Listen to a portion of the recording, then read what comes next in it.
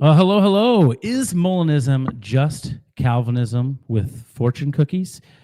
What the heck am I going on about? Well, stay tuned today to find out if Dr. Tim Stratton has been barking at himself in a mirror this whole time. But before we get into it, we want to say welcome back to Free Thinking Ministries. I'm your host, Josh Klein. It's been a while since we've been live, first time since April. And today we're diving into some spicy objections to Molinism from our good friend Warren McGrew over at Idol Killer. If you don't know who he is, check him out, Idol Killer. We have the video in the description of this live stream. With me today are Dr. Tim Stratton, the free-thinking theist and Molinist himself, as well as Eric Hernandez from the Texas Baptists. I'm going to add them on. Gentlemen, thank you for joining us today. Well, I'm just so excited to finally have Eric here. I consider Eric just to be a cherished friend, a valuable colleague. And if you would have asked me before today if Eric's been on the show before, I would have said, well, of course he has. And then Eric asked, is this the first time I've been on your show? And I started thinking, I'm like, no. Yeah, I think it is. It's crazy. So, Eric, you're like one of my best friends. Welcome to the show, finally, after all these years. Yeah, no, thank you for having me. Yeah, absolutely. I consider you a great friend of mine, and we've had lots of great conversations, agreements, even disagreements. And at the end of the day, we care for each other, pray for each other, and you've been a blessing to my life. So thank you. Yeah. Well, you've sharpened me like iron. I've learned so much from you over the years, and plus you're just really fun to hang out with. And we're going to be talking about a guy today who I feel the same way about. A lot of people know him as Idol Killer. His real name is Warren McGrew, and man, I love that guy. And he and I are normally colleagues fighting against a mutual enemy, I suppose. But we have our own disagreements, and so that's what we're going to be discussing today. But with that said, this is all about love and respect for Warren, and I just want to say I really value his scholarship with a sense of humor as well. And so what do you have to say about Warren, Eric? I mean, as far as I've known him and interacted briefly with them, he seems to be respectful. He's got thick skin, which you have to be when you're online. Right. He can be controversial. Yeah. I'm sure he's upset some people, but I don't think that bothers him too much. And I'm okay with that. People are going to get upset. Now, obviously, there's a fine line, but I think from what I've seen, at least from Warren, he's done his best to be respectful and clarify when things need clarifying, and I appreciate that about him. Yeah, amen to that. And I would reflect very similar thoughts. I haven't met him personally, but I have been able to view some things from afar, watch this video, really enjoyed his content. He is also watching right now. So there he is. He says, howdy. Hi, Warren. What's up, Warren? Hey, if Warren, at any time you feel like we're misunderstanding or misrepresenting and you want to hop on the live stream, you can say something. We'll get you hooked up with a link here, and we can gang up on you. And let's just say, Eric yesterday brought up, hey, maybe we should have Warren on the show with us. And so we really considered doing that.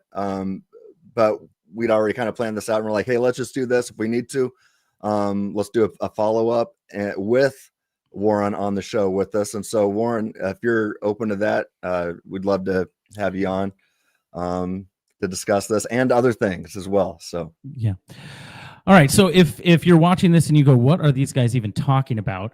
Warren, Idol Killer, as we've already mentioned, did a video critiquing Molinism recently, and that's what we're responding to, that video. The video is actually a response to one of your articles, Tim, which is a response to a comment that he made. Am I tracking with the system here with what happened? Yeah. Well, okay. So he wrote a Facebook post several weeks ago, and posted it on the Trinity Theological Seminary or Trinity Radio Facebook group. And so since I teach there, I felt like, okay, I should probably respond. And so I wrote a blog response because I think his objections are common, and I think they're good. I mean, really, at face value, they're really good, and they're objections that I've had to think through as I've reached my conclusions. So I thought, well, okay, I should probably address this, and so I wrote a blog about it. And then he, a few weeks later, wrote or did an entire video on it. I wrote another blog responding, and now we're here today. Okay, so this is the response to the response to the response. Hey, but before we get into all of that, I do need to say something to people who are here. Of course, we want you to like this video right now. If you haven't done it, take a chance. It's just a little thumbs up. Go ahead, like that video. If you're watching this and not liking it, what is wrong with you? Come on, be a team player. Also, subscribe to the channel. Only 25% of the people who watch this channel are subscribed. That's kind of crazy. So we can get that up there. So subscribe to the channel, hit that notification bell so you never miss an episode like the one we have today where we destroy dynamic omniscience. That's what I'm supposed to say, right? Destroyed. Just kidding, kind of. All right. Tim, you know Phil Bear, a colleague of ours at FTM, a good man. He recently said this about Free Thinking Ministries. I actually loved it. He said, part of the mission of Free Thinking Ministries is to defend God's character in front of the world's watching eyes. And I thought that was kind of good. What do you think of that? Say that again for me. Defend God's character in front of the world's watching eyes, like who God is. Yeah. I like that. I'd add to it.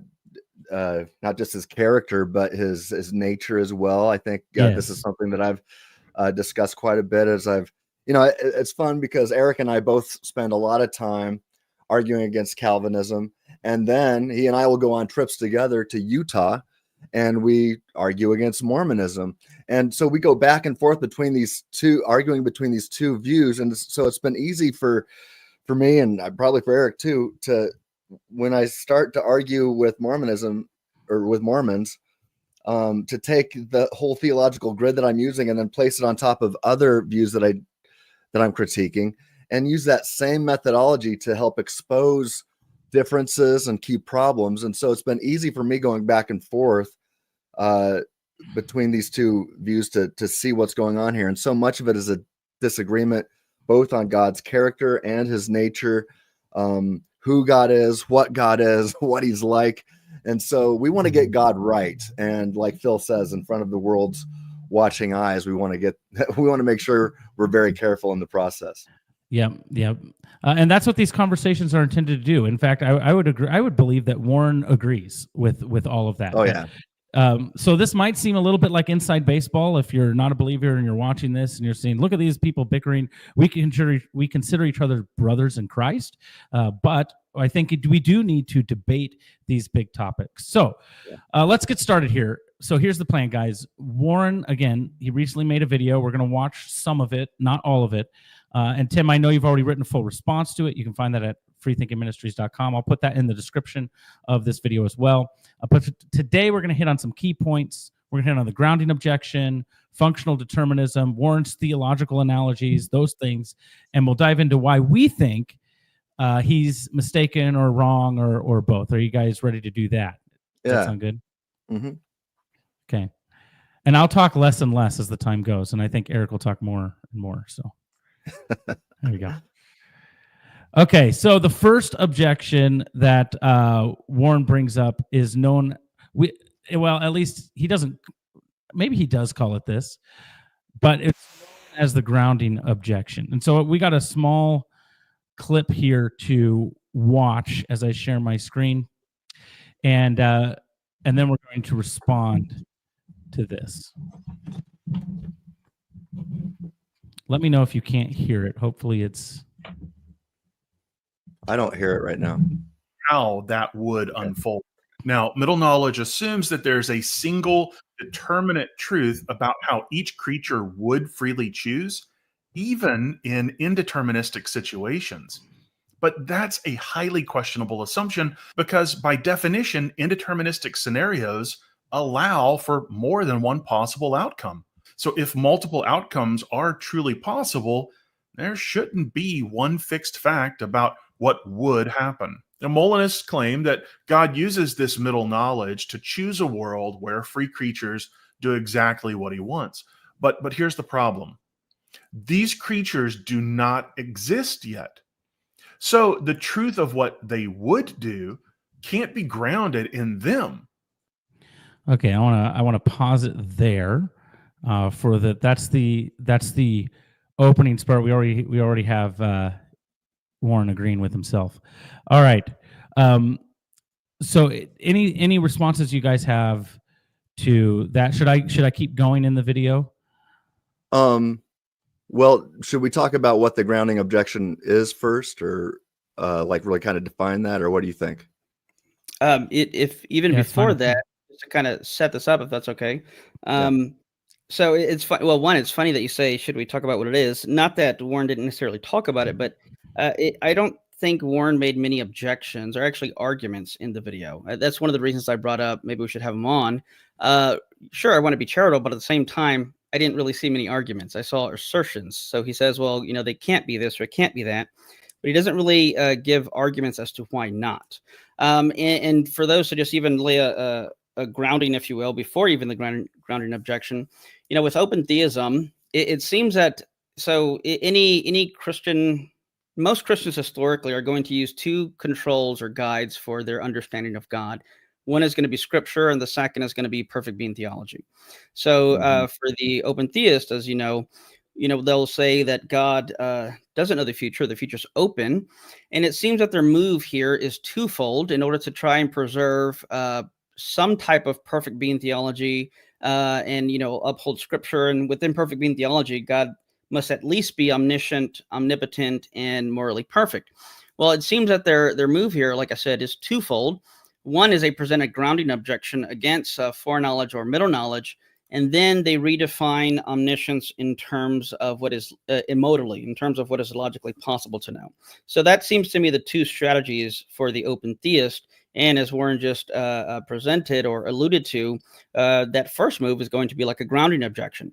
Because if God doesn't know the future, but it's possible for him to know the future, well, then the open theist is going to have to be, I don't want to say excuse, but they're going to have to give a reason as to why not. And hence, that grounding objection is usually one of the first things that come up for open theism.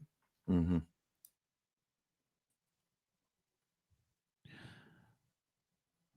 Okay. So one of the things that I found interesting about the statement that Warren said there, I think he said, when I paused it, that God actualizes a world.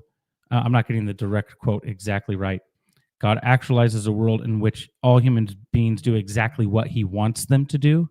Yeah, isn't that what he said? Yeah, and that's false on Molinism. Yeah, so we would agree. We would say, well, no, not every person. He knows what everybody's doing, but not everybody's doing what he wants them to do. Yeah, that's like saying, so Warren's going to get a little bit of what I typically give Calvinists, and that's like saying that Dr. Strange wanted Thanos to do everything that he did in Endgame, or that he wanted Gamora to give two vicious knee strikes to Peter Quill below the belt in that movie too. Dr. Strange didn't want those things, but he chose that world based on the best possible end game. And this is something that I think we're going to, because I said we're going to talk about analogies later, and Warren gives an analogy, I think, offered by another friend of mine, Alan Rhoda, and I'm saying, okay, I get your analogy, guys, but it's not relevantly analogous to Molinism, or at least not the kind of Molinism that I've been defending over the last several years. And so I hope that people, I encourage my interlocutors and those who disagree with me to attack the strongest form of Molinism here, or at least attack what I'm trying to defend here. And so I'm going to give what I think is a better analogy moving forward. But yeah, I don't know. I mean, should we talk about what the grounding objection is, or you want to save that for later, or what do you think? Yeah, we can do that. Yeah, I mean, just simply the grounding objection is the claim that what we call counterfactuals of creaturely freedom, and we're going to abbreviate that probably a lot in this conversation and just say CCFs. So when we say CCFs, we mean counterfactuals of creaturely freedom. Big fancy word.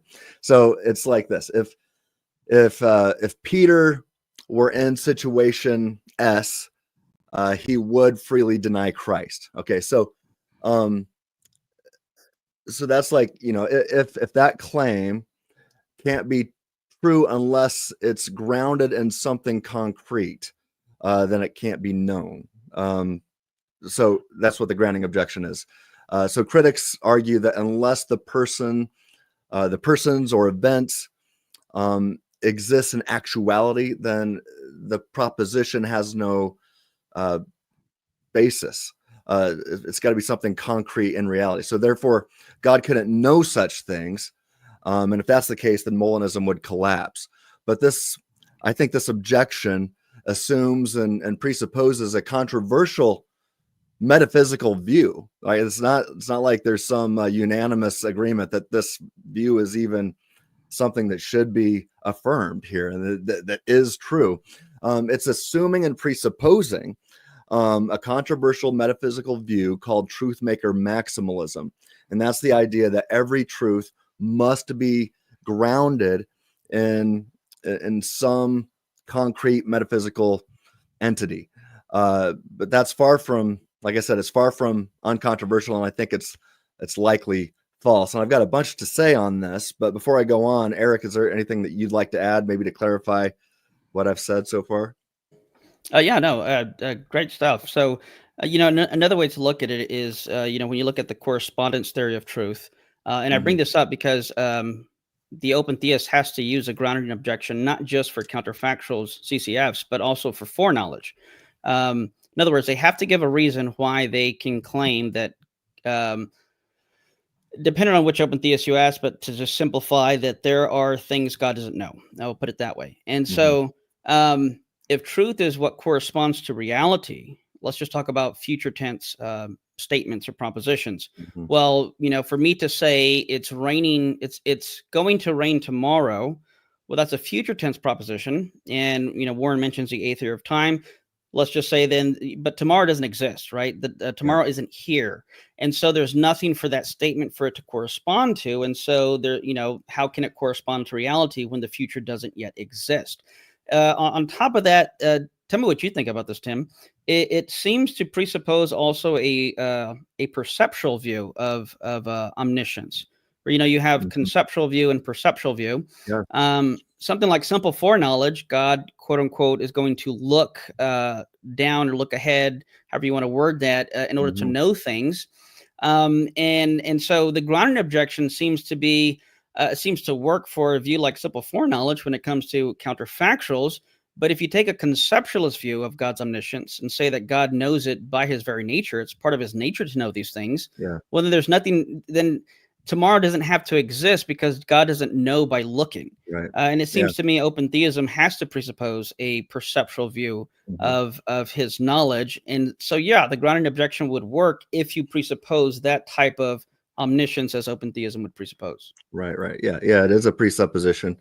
And I have nothing against saying that God can see things, but he also just knows them before he sees them, if that makes sense. So God does just conceive all of the truth values.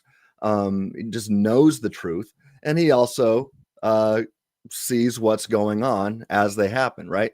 So we can affirm a type of this dynamic omniscience as well, but he's not limited to only this kind of omniscience. He knows the truth value to all propositions. And in my book, in the first edition, I do this, but I strengthen it in the second edition. I argue that if the ontological argument passes, and I argue that it does, then this actually helps us to flesh out what is greater. Is it greater to know all of these things, or is it greater to know?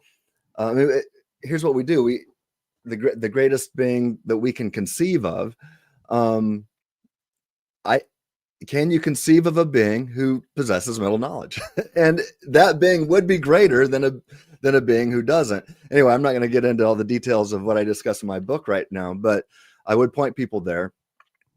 But I agree with you, Eric. It seems to me that these open theists often just presuppose that God is seeing to learn on these issues. Anything else you'd add to that? I love that you bring in perfect being theology. We're kind of like volleyballing back and forth. It's great. So even on that, just sticking with that for a few more seconds with perfect being theology. whenever I teach on logical fallacies and stuff, when we talk about omnipotence, I ask people, can you do something God can't? And, most people say no, but the answer is yes, you can, right? You can sin and you can learn. Yeah. But why can you learn? Well, because you don't know everything, whereas God does.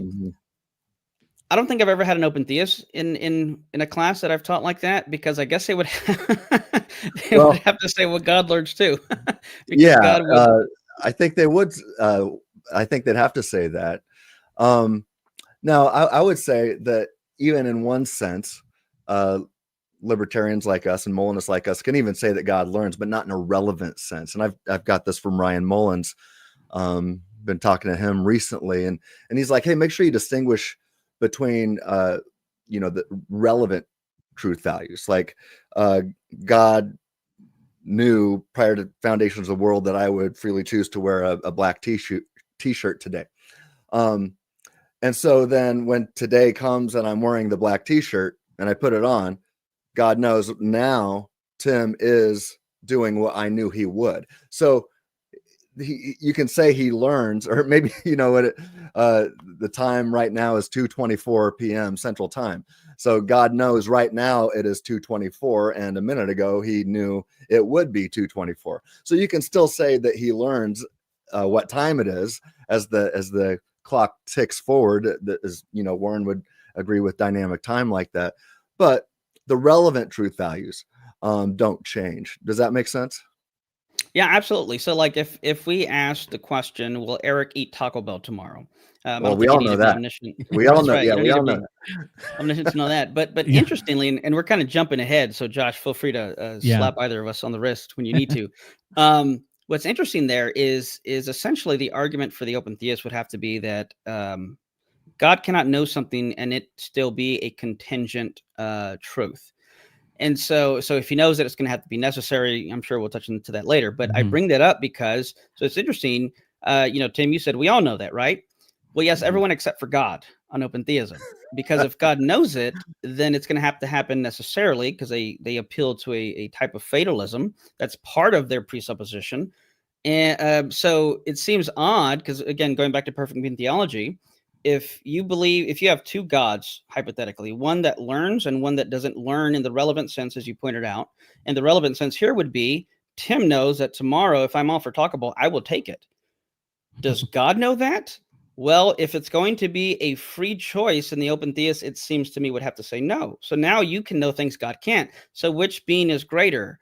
A being that I can outperform epistemically, or a being that never learns and cannot be outperformed by mere humans and has always known all truths from eternity past? Now, just to be fair, we're not going to be fair here. Well, we shouldn't be, but I do you think they would say, well, God knows as much as you do, and maybe even more, that if Eric is offered Taco Bell tomorrow, he'd take it, but you don't know that with certainty and with 100% certainty, and neither does God. Do you think they'd make that distinction?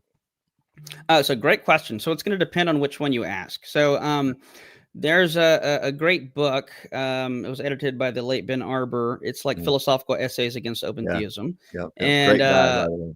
yeah, absolutely. I learned a lot from him. Miss that guy. And my friend who formerly taught at New Orleans, I'm sure you're friends with him as well, Robert Stewart. He wrote a chapter in that book and basically said on open theism, either I can know things God does not, or I can know things before God knows them.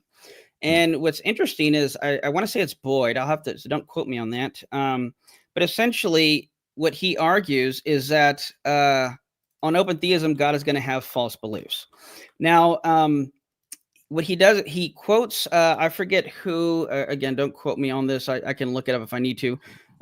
But long story short, what the person he's responding to, what they initially say is that, well, the reason is because if God is surprised, or if God is kind of caught off guard or something like that, or if God acted on an expectation, that means he held a belief. And if what he believed didn't come to pass, or he's surprised by it, then he had a false belief. Now, okay, so it is Boyd. Yes, it is Boyd. What Boyd says in response is that no, God being surprised doesn't indicate a false belief. And then he basically argues this. He says God didn't believe Adam will do X tomorrow. God believed it is highly probable Adam will do X tomorrow. And his surprise is not an indication that he had a false belief, but an indication that it's a reaction to the improbable thing happening. So note on open theism, if Bort is correct, then God doesn't even have beliefs about what we will do. He only has beliefs about the probabilities of what we will do. That's the only way you can save God from having false beliefs. And if he wants to go that route, then I would say, yes, we can know things that God cannot, or that God chooses not to know or make a claim. So God is agnostic until that thing happens, so to speak. That's. I'd love to follow that trail a little bit further, but I want to rewind back into the grounding objection a little bit here, because Warren offered three possibilities for how Molinists would try to get around the grounding possession. The grounding objection, and he actually pitted you and Tim not against each other, but with different groundings, right? So he said that Tim argued for this grounding to be in the human's essence, and then he argued that, or he said that Eric said it was in God's nature, so he brought up those two things. So the question then is, and we can't play all of those clips because again it's a 50-some minute video, but the question then is, first of all, is the position as he articulated it the one that you hold? And then number two, how would you then communicate it? And that goes to both of you. So we could start with Tim, and then. Do you mind if I take a? Yeah, let me take. Go for it. Maybe 2 or 3. Kind of unpack this thing. First, I want to say that in my book, I don't know if I put it in my first edition. I know it's in my second edition. I point out that. I point out that a statement is true if it corresponds to the way things are, the way things were, the way things will be, or the way things would have been if things were different. And so that's just a more precise, modal aware version of the correspondence theory of truth. And truth corresponds not just to actuality, but also to past, future, and even counterfactual reality. So let me give you a step-by-step breakdown here of the grounding debate. And let's walk through the grounding objection, or through how the grounding objection tries and I think fails to evolve into something convincing. So first, truth must be grounded in currently existing things. That's a claim. So an example, or that's a claim that I often get from open theists, that truth must be grounded in currently existing things. So for example, in my book, I say Jones is eating eggs. All right. Jones is eating eggs is true because Jones exists and is doing the thing, right? Jones is doing the eating of eggs, right? So if Jones is eating eggs, then it's true that Jones is eating eggs. Now that sounds intuitive, and that's what grounds that truth, right? Until you ask the next question. Well, what about past truths? So for example, Socrates no longer exists. Well, this is clearly true, but Socrates doesn't exist right now. And so the principle must expand and say, well, truth can be grounded in past things too.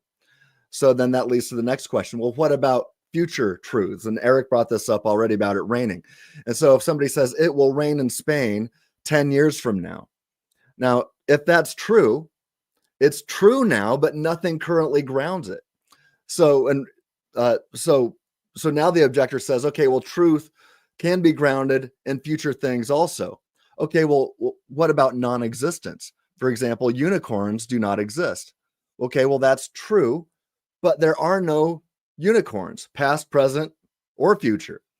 So the principle must allow truth can be grounded in the fact of non-existence as well. So which brings us to our fifth and final point here, which is the final and most coherent view, and I say also the Molinist solution, is what's really doing the grounding isn't a concrete object at all. It's the fact or state of affairs. If Jones had grown up in Germany, he would have learned French, right? This is true because it corresponds to the counterfactual fact that this would be so. So we revised the principle one last time to get this. A true contingent proposition is true in virtue of the fact that some object exists, did exist, will exist, does not exist, or would exist under specific conditions. So unless someone, and I explained this in my book, unless somebody can show that this final version is less plausible than all the previous versions, then it seems to me the grounding objection is going to collapse. But here's the much simpler option. Even if somebody doesn't want to follow all that philosophical machinery, there's a much easier answer here, and that's just to reject truth maker maximalism altogether. And that's what philosophers like Stratton and Eric, who's got a great book on this, Jonathan Talent and Ryan Mullins do. On their view, truth doesn't require a metaphysical truth maker. It just needs to correspond to reality, whether actual, past, future, or possible. So then, what grounds CCFs and Molinism? Well, okay, so it's much more than just saying it's the nature of a person or God's nature. Those things are combined. But here's the combo of what grounds CCFs. If we're going to say it requires a grounding, we're going to say it's God's essential and necessary omniscience, number one. Two, the essence of possible agents that an omnipotent God could create. And then finally, the truth of what they would freely do in certain circumstances. So God doesn't make these truths true. He simply knows them because of who he is, a perfect, maximally great being. And what the creature would freely do, he knows these if created and placed in freedom permitting situations. So bottom line, as I explained to James White in our debate, who was ironically trying to make the same case as Warren here is, and those two usually aren't on the same side of things. But if God is, and I said this to White and I'll say it to Warren now, if God is necessarily omniscient and omnipotent, a maximally great being, then middle knowledge comes along for the ride for free. It just comes along. It happens, right? As I explained in my forthcoming second edition, the middle knowledge is a logical consequence of affirming God's maximal greatness. And like I said, I'll get into the ontological argument in the book as well, but an omnipotent God has the power to create libertarian free creatures, and Warren would agree with that. And an omniscient God knows what these free creatures would choose to do in freedom permitting circumstances within an omnipotent God's power to actualize, even if God never created it. That's just middle knowledge. So bottom line, the grounding objection either assumes too much, truth maker maximalism, demands more than Molinism needs to work, or completely misunderstands what Molinism actually claims. And in all three cases, it fails. So, Eric, would you add any more about the grounding objection? Yeah, I mean, just to reiterate one thing and then add something else. Yeah, so as you mentioned, just to kind of explain that just a little bit more, that I've already alluded to and that you just kind of unpack further, is just that if in Craig's new systematic philosophical theology book, he uses an argument, or not an argument, he references something someone said about like three propositions. One is that it will rain tomorrow, and let's say this was uttered on Tuesday, and then on Thursday, the person utters, it rained yesterday. Now, there is nothing in reality, as you point out, for this to correspond to. But then on Wednesday, if they say it has rained today, that's true. But how is that? How are the other two false? Talking about in the future or the past. And what Craig says here is basically that whatever grounded those past tense truths and that present tense truth is going to ground the same thing as a future tense truth. So if you're going to grant that those things are grounded, as you mentioned, even though those things don't exist, then you're going to have to grant that they ground it for the other tense statements as well. Also, you alluded to going back to maximal great being theology, perfect being theology. When you look at the definition of omniscience, middle knowledge is just entailed by the definition of omniscience. Right. By definition, omniscience, a being is omniscient if and only if he knows all true propositions and doesn't believe any false ones. Let's just put it that way. Well, you have present tense propositions. Today I'm talking with Tim. You have past tense propositions. Yesterday I talked with Tim. You have future tense propositions. Tomorrow I'll talk to Tim. And then you have counterfactual propositions. If Tim didn't exist, then I wouldn't be talking to him, or something to that effect. Now, given that these are all propositions, and by definition, omniscience entails that a being knows all true propositions, well, then a counterfactual proposition is true or false, given the principle of bivalence, well, then God has to know them.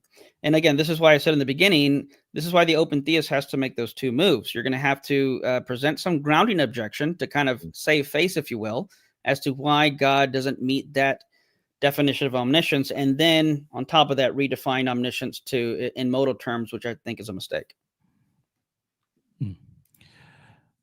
That's good. Have we sufficiently answered the grounding objection here to you guys? Anything that's occurred before we move on to what Warren termed as functional determinism?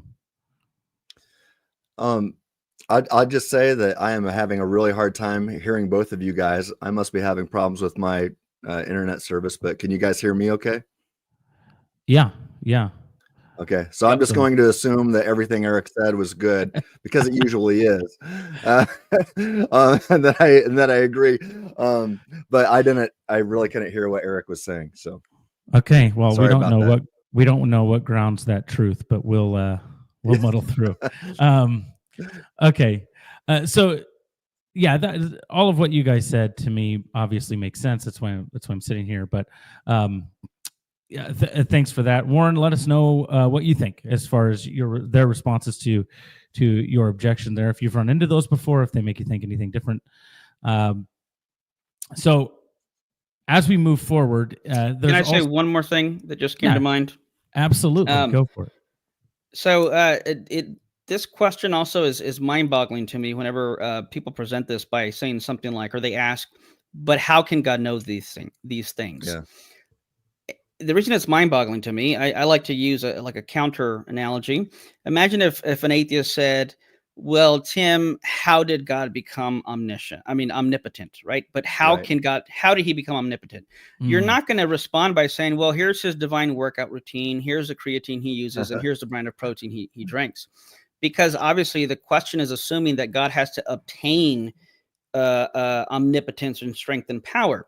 But a maximally perfect being is omnipotent necessarily and inherently. He doesn't gain that by anything external to himself. So when the grounding objection is presented like, but how can God know these things? It's like asking, but how did God become omnipotent? The question doesn't make sense. It's just a failure to understand what it means to be omniscient. And this is, again, why the open theist, I would say, has to punt to redefining omniscience in modal terms and then appealing to a grounding objection. But again, if God is necessarily, intrinsically omniscient, and that means he knows all true propositions, then to ask how does he know these things, it's like asking how did he become omnipotent, or can he create a rock so big he couldn't lift or something. Right. That's a great point, Eric. And there's actually, I know some atheists and some Christians who are idealists who will say that it's impossible for God to create the universe from nothing. They'll say it's impossible for God to create matter from absolutely nothing. And so when people say, well, how did God create the universe from nothing? I'll say, well, I don't know how he did it, but we have good reason to believe that he did. And similarly, when people say, well, how does God know that these counterfactual truths? I'm like, I don't know how he knows them, but I have good reason to believe that he does. And so there's mystery in every view. What I'm opposed to is affirming two contradictory claims, but I don't see a contradiction in saying God created the universe ex nihilo, and I don't see a contradiction in God knows CCFs either. So, anything you'd say to that? No, my usual response is just, when people go there, it's just what I tell them. I just think you have a low view of God. I do. You're right. Ask how he does it. Mm-hmm. Yeah. It seems to me the idea that a person has to exist before God would know what they would do. A person has to physically exist. The world has to physically exist before God would know what they would do. Obviously, that's necessary if you're going to hold to an open theist view, that you kind of have to affirm that. But I don't see why it is necessary in general to say, well, that's the only way God could know. Yeah.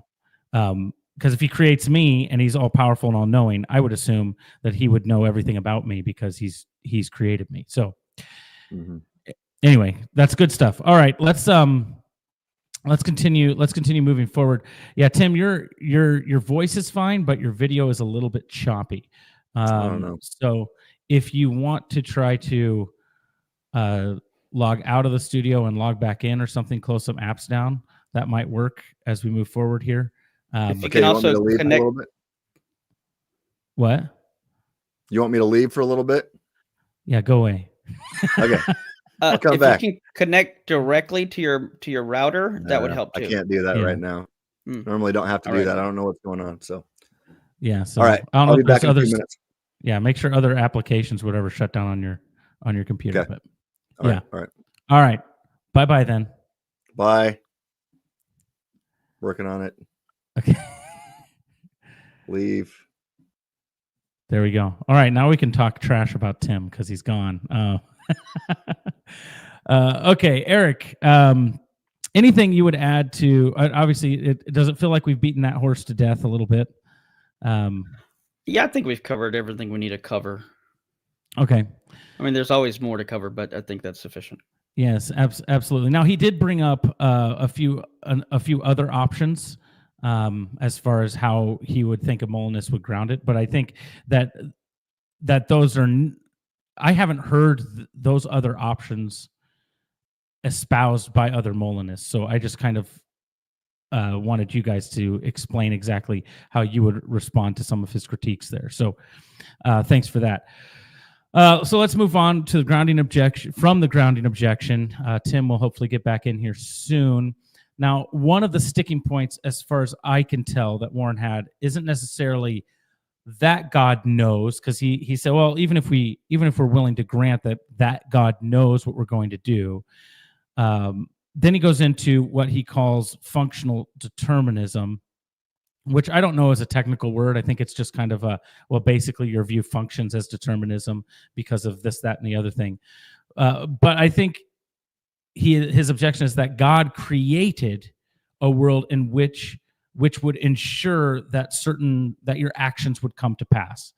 That's why it's not the same as me knowing what my son will do tomorrow, or even a prophet knowing what a king would do, because neither I nor the prophet have any ability to actualize reality in the way that God does. So my foreknowledge, I might know my son so well that I know exactly what he's going to do, or I know the call, so the pitcher's going to throw a curveball.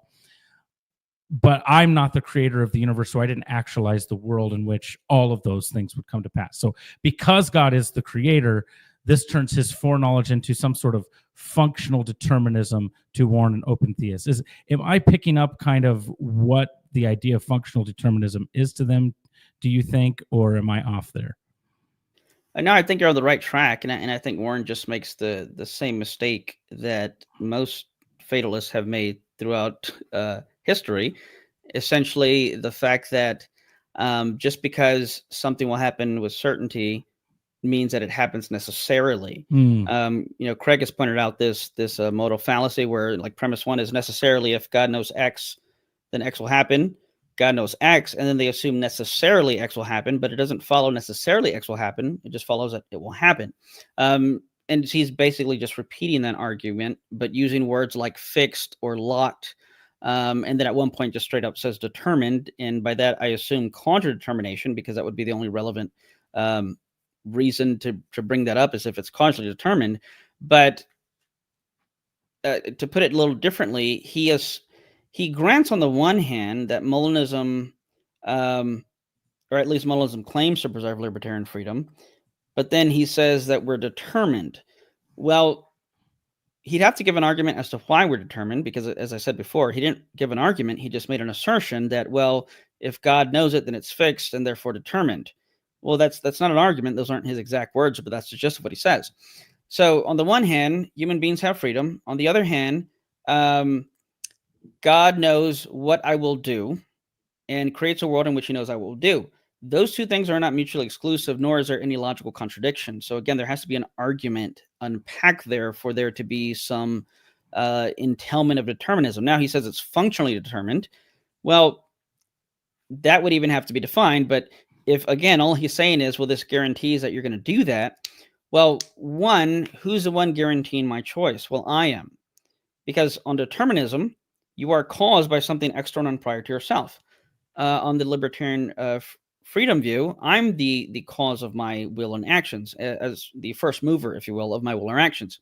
So God's not determining that. Now, there are circumstances he creates that will ensure that. But again, ensuring or guaranteeing doesn't mean necessitating.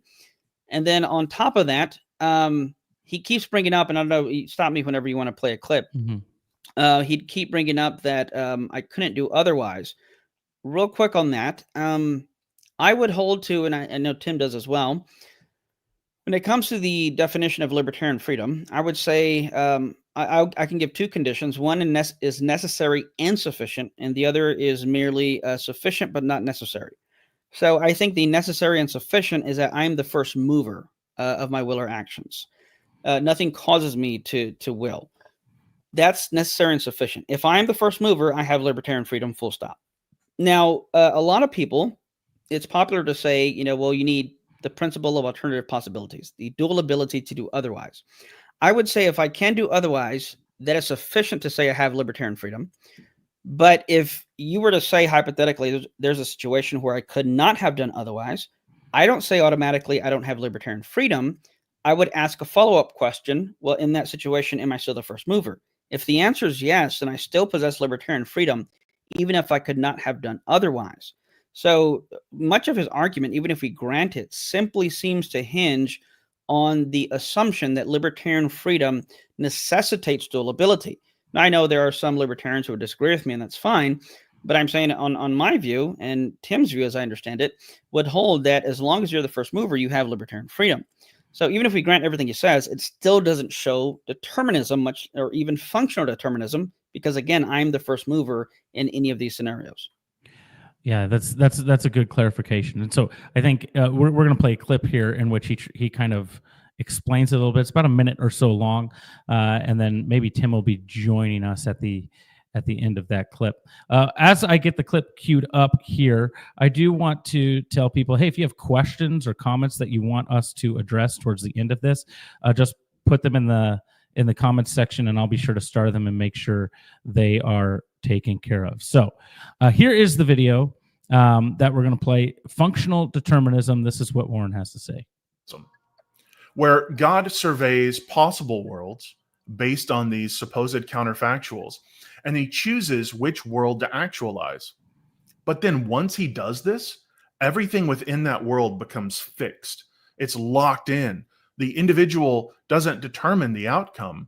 God's choice of what world he actualized is what determines the outcome. Now, under the Molinist view, the moment God chooses to actualize a world, the entire timeline of that world becomes settled.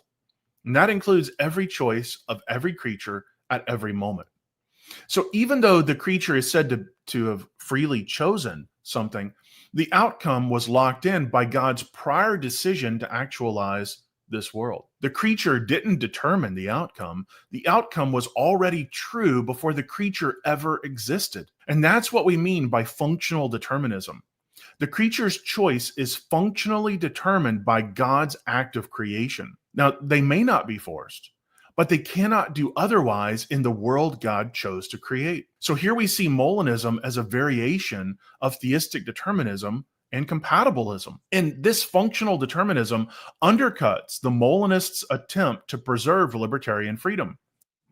Okay. Hey, Tim's back. Hey, what's going on? What'd I miss? Did you see any of that clip there? Just the very end of it.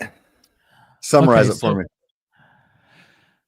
So this is Warren's explanation of functional determinism and the idea that when God actualized this particular world, every single action, every single thing that people would do was fixed in place. Oh yeah. once he made that, Right. once he actualized this world. And so it's really just theistic determinism with a free will mask on. That's kind of like the vision he had there. Did I summarize that well, Eric? Or Yeah, I think so. And I to quote him too, because I have the transcript pulled up. yeah. He goes on to say, if you can't choose X in this world because this is the world God actualized, and your libertarian freedom is an illusion. So one is assuming you can't do otherwise, which he hasn't given an argument for that. He's just asserting that.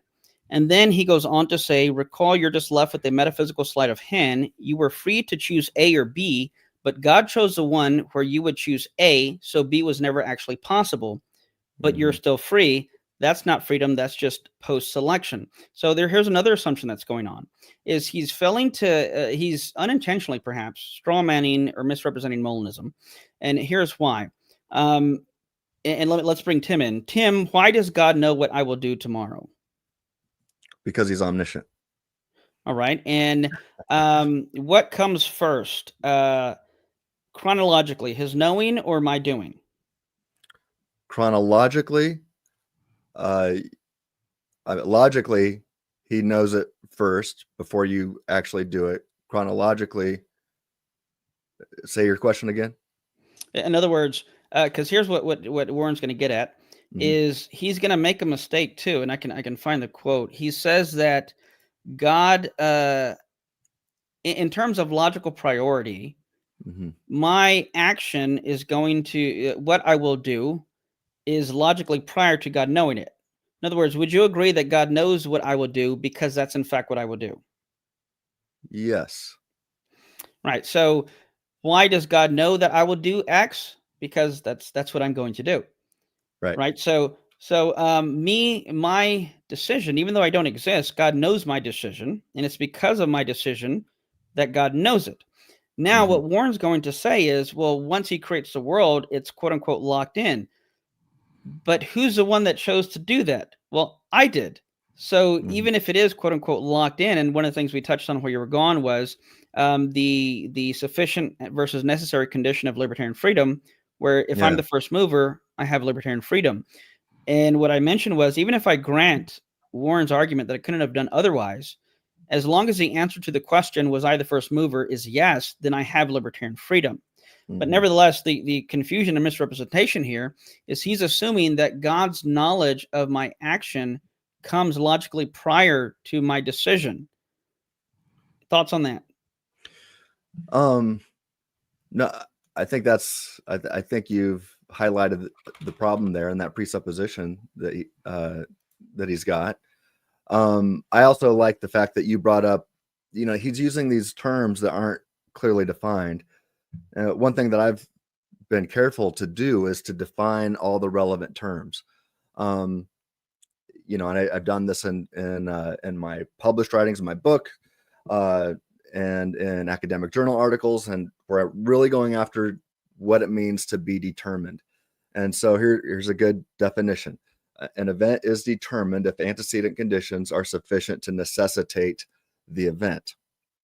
Determinism, or what I like to refer to avoid confusion as exhaustive divine determinism here, or ED, is that God provides the antecedent conditions sufficient to necessitate all events. Now, on Molinism, I go to, us Molinists like to show that God does not determine these things, that we still have libertarian freedom on the Molinist view. But I think Warren would agree, based on the definition of what it means to be determined, that determinism is false on Molinism. That's why he adds the word functional to it. And I don't really see what that word is doing, because if you're just saying, well, that's what predestination is, I'm like, yeah, that's what we're trying to preserve. Predestination without determinism. Warren often will shift the conversation in his video. He's talking about something being determined, but when I think, whether he does this intentionally or not, when he realizes that, okay, but it's not determined on Molinism, then he uses words like locked or fixed or settled or cemented, things like that. Well, what does that mean? And I'll say, well, I can agree that it's not if settled does not mean determined, then sure. But if settled means determined, then no, we're going to disagree with that. So we need one to carefully and philosophically define with precision what each of these words mean. And if they mean the same thing as determined, then just use that word, so we're not going to talk past each other. Otherwise there's going to be a lot of confusion. So I have no problem saying, as a Molinist, that God can guarantee the future because of his middle knowledge. And if you want to say that then it's fixed or locked or settled, well, fine, but it's not determined, and that's all I care about. So I don't know if I answered your question there, Eric, but I kind of built on it. But what would you add anything to that? Yeah. So I'll quote Craig here, because there's a difference between it being chronologically prior or logically prior. Here's what Craig says from his book, Only Wise God. Jones does not mow the lawn because God foreknows. God foreknows because Jones will mow the lawn. Yeah. Now, this does not mean Jones's action causes God's knowledge. The word because here indicates a logical, not a causal relation, one similar to that expressed in the sentence, 4 is an even number because it is divisible by 2. The word expresses a logical relation of ground and consequent. God's foreknowledge is chronologically prior to Jones's mowing the lawn, but Jones's mowing the lawn is logically prior to God's foreknowledge. So, now compare that to what Warren says later. He says, if God's foreknowledge is infallible and logically prior to the creature's decision, well, right there, he's just misrepresented Molinism. We don't think that God's knowledge is logically prior. It's chronologically prior, but it's my decision that is logically prior to God's knowledge. So that's one misrepresentation. Whether, again, and I'm going to be charitable here and say I'm sure did that unintentionally. But then on the other hand, now that we've addressed that, then he goes on to say that we could not have done otherwise. But again, he doesn't give an argument other than to say that God is infallible. But that doesn't make it an argument. Did you want to jump on that? No, keep going. I'm tracking with you. So, in other words, I don't see. So here are two claims. In the actual world, I will do X. And in the actual world, I could have done not X. I don't know why those two things can't both be true. He's assuming they can't both be true. Why is it that because I will do X, it follows I could therefore I could not have refrained from doing X? Again, there's no argument other than to say he's basically saying, well, if it will happen, then it will happen.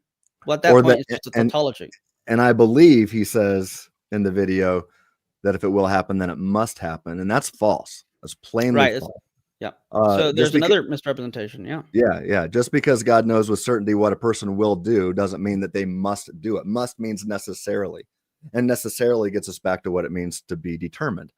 And so that's the thing that what the Molinist framework does is show that these things God knows all events that will happen, but they are not happening necessarily.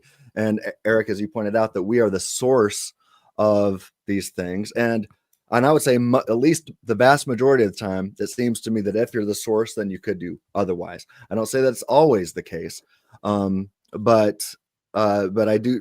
Yeah, you and I both affirm sourcehood, libertarian freedom, and that at least I argue that oftentimes we have what I call PAP freedom or alternative possibilities freedom. But yeah, if we're not necessitated to do X, then it seems to me that we could have done other than X, and that means we don't. That must word, the word must does not. It should not be used in that. Just because God knows with certainty what a person will do, it does not follow that we must do it or that we necessarily do it. Would not does not equal could not, and that's huge. And I think that's something that Warren may have missed too. It seemed to me that he did. Would not does not equal could not. So Molinism preserves libertarian sourcehood. The creature is the buck-stopping origin of their choice. And that's, I think, Eric, what you and I would agree is the most important thing. Am I right? Yeah. And we actually, when you were gone too, we brought up that fallacy where necessarily if God knows I will do X, I will do X, and then concluding that therefore I do X necessarily. We already briefly mentioned that. So here's a little bit more where he kind of gets into that It's just making assertions. He says Molinism says you could have done otherwise. It's libertarian freedom. But God chooses a world where you won't do otherwise, and that world becomes actual. So in this actual world, you couldn't have done otherwise.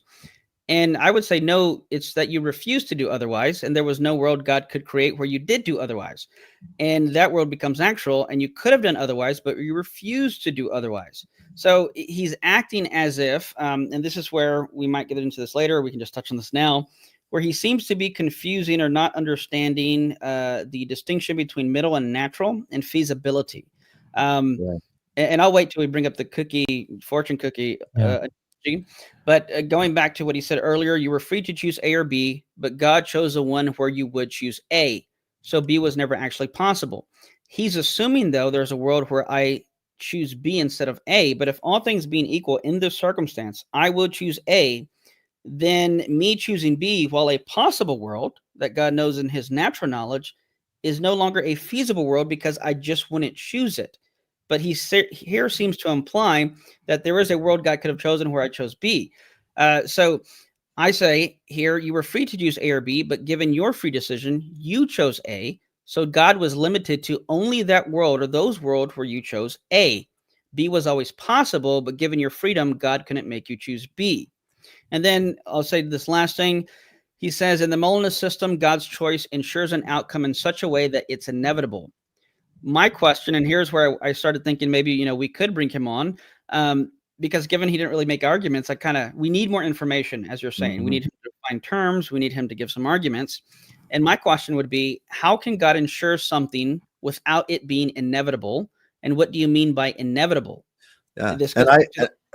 As a Molinist, when he says, that it makes it inevitable, I'm like, well, amen.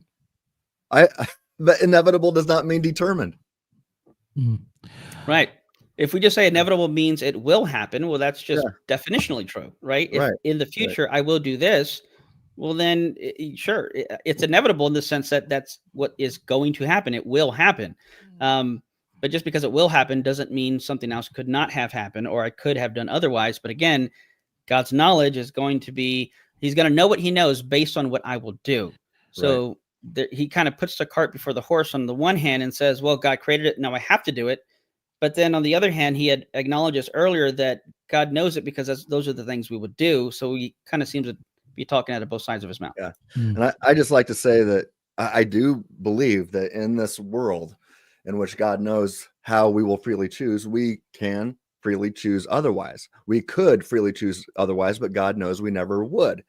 And there's a difference. Would not does not equal could not. And if there's no strings attached, if there's no metaphysical strings attached or physical strings attached, it seems to me that there's nothing deterministically preventing a person from choosing otherwise.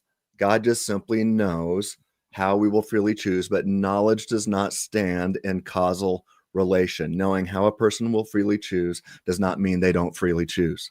That knowledge, just because God's knowledge is there doesn't erase the word freely. God's knowledge of how we freely choose does not mean we don't freely choose. So, you want to add something? Oh, I was just going to say, before we get to the fortune cookie analogy that he did, how would you respond to maybe this is the way he would frame this objection? Now I'm guessing, Warren, so I'm sorry if I misrepresent you.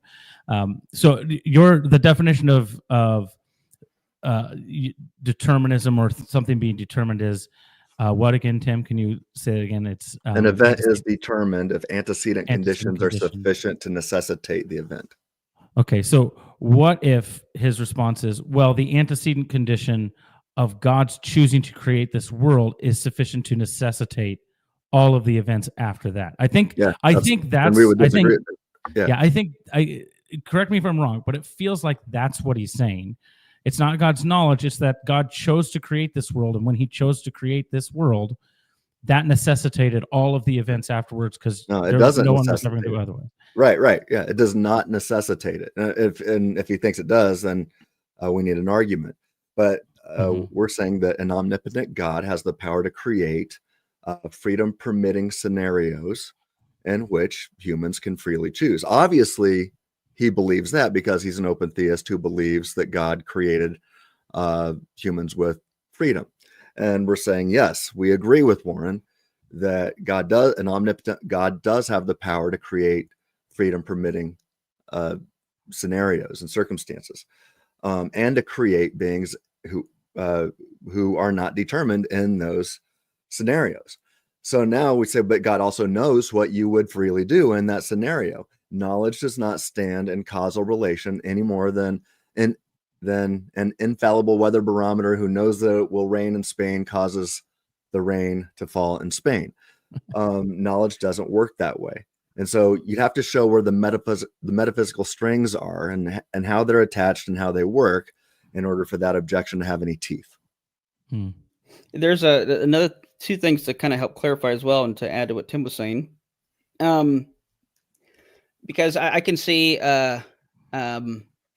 Warren kind of saying, well, we're not giving an argument either. We're just saying that the antecedent conditions don't necessitate it, but we're not giving an argument.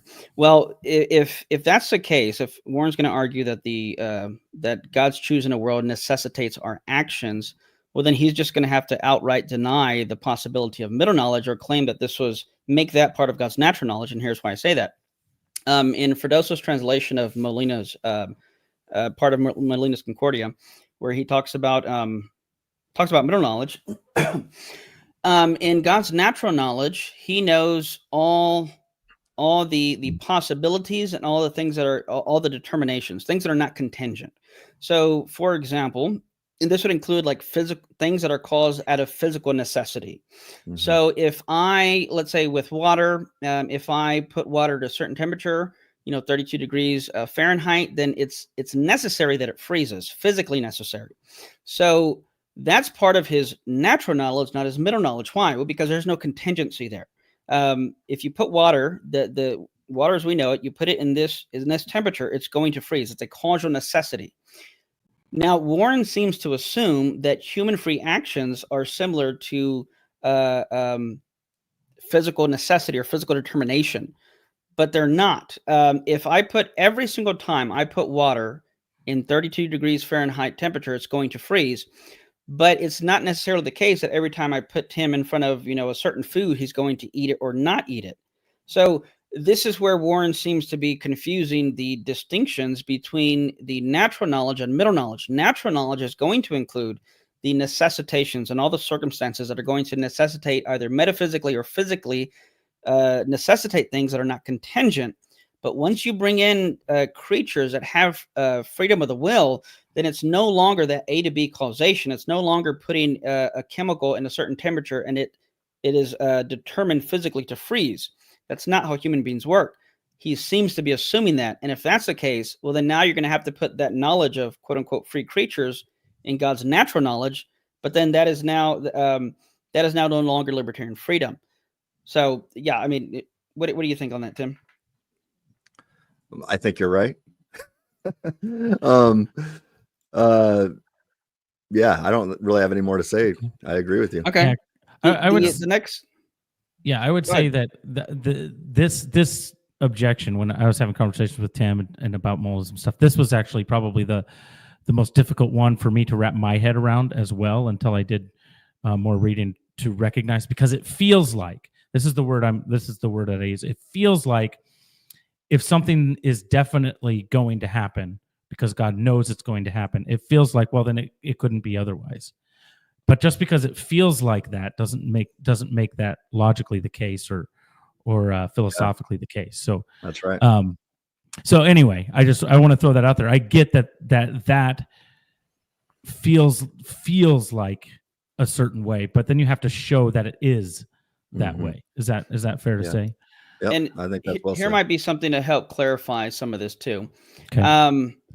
And I can already see where Warren would have pushed back to this, but let me just throw it out there first. As Tim's been saying, knowledge is not causal, but let's suppose that it is causal. Well, if I know that Tim is going to mow the grass tomorrow, well, then knowledge by definition is a justified true belief, at minimum, a justified true belief, which means my knowledge entails that I believe something that is true. So if I know that Tim will mow the lawn tomorrow, then that belief is true. And then it's inevitable that Tim will do it. Now, why is it inevitable? Because my belief is true. Now on the one hand, someone might say, what if Tim doesn't do it? Well, then all that follows is that I didn't know it, right? So I had a false belief, not a true belief, thus I didn't have knowledge. But if I know Tim will mow the lawn tomorrow, then it will happen. And if will is the same thing as inevitable, if it's locked or fixed because I know it, well, then you would have to argue that my knowledge caused Tim to mow his grass. Yeah. Now, here's where Warren might push back. He might say, Eric, but you're not infallible. But note, knowledge doesn't require infallibility.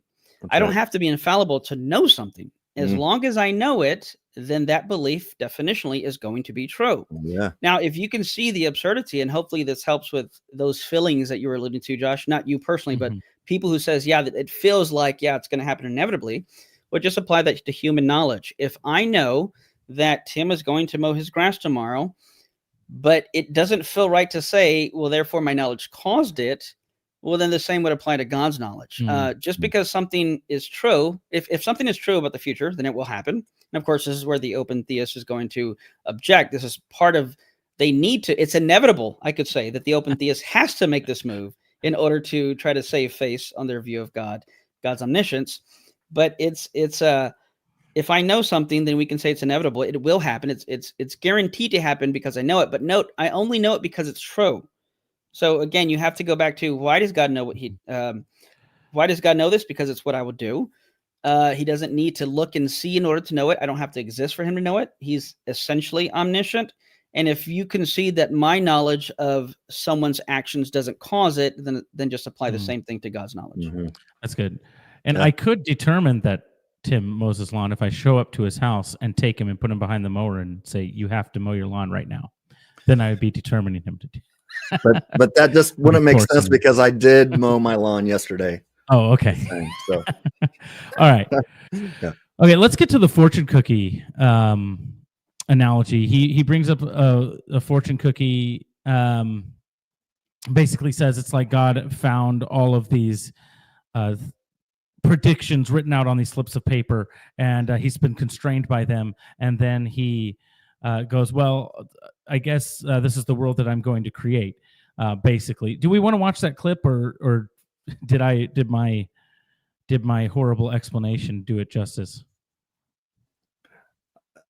It made sense to me, but it's up to you. Yeah, we can. Is it long? Is it a long clip? Let's. I think it's like a couple minutes. I think it takes him a couple minutes to explain it, so that's why. I mean, I think you did a good job of explaining it, and he's. Let me see if I can get this. There's like a 20-second clip I could maybe play. Want to do that? Sure. Okay. That's the constraint, and he uses the fortune cookie information to author a meticulously detailed story. Everything is specified. God thinks of the characters in the story as his creatures, and he describes them as doing all sorts of things, some good and some bad. Unlike in Calvinism, however, God describes some of the creatures as acting freely. Now, this is a satirical analogy, but it cuts to the heart of it. Whether God decrees outcomes directly or he selects from imagined ones, the result is the same. Creatures cannot do otherwise. Okay. Did that help clarify it? Yeah. Okay. Warren, when he put this video out, said he was careful not to straw man, and he might have been careful, but he still straw manned. This is not, I don't know of any Molinist who would affirm that anything close to that analogy. And I sure don't. That's the main thing I want to say here. So Warren was, I think, using an analogy that Alan Rhoda uses that compares Molinism to God discovering and reading fortune cookie slips that describe. Who was in our chat, by the way, I believe. Alan is he? Hey, Alan. Yeah. And so he discovers and then reads these fortune cookie slips that describe what people and creatures would do. And so, this does not cut to the heart of Molinism because I don't think it's a relevant analogy. I think a better analogy is the one that I always appeal to, the Doctor Strange analogy in Infinity War. So there, Strange unlike God, perceives and surveys, right? But that's not the relevant point here. Strange surveys all the feasible freedom permitting end games. In Warren's video, he says, for some reason, God does this, and it's like we can't know it. And I'm like, no, there is a reason. He surveys all the all the feasible freedom permitting end games and selects the one in which where victory, where sin is defeated. Well, with Dr. Strange in mind, he picks the one end game in which agents like Tony Stark and Peter Quill freely do what leads to victory to defeat Thanos, the evil of Thanos.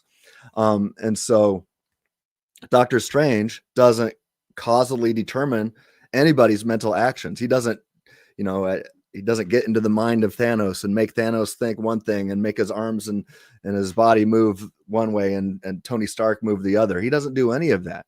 He's not causally determining mental and physical actions here. He simply creates a world in which he knows how they will freely choose the one that will inevitably lead to victory.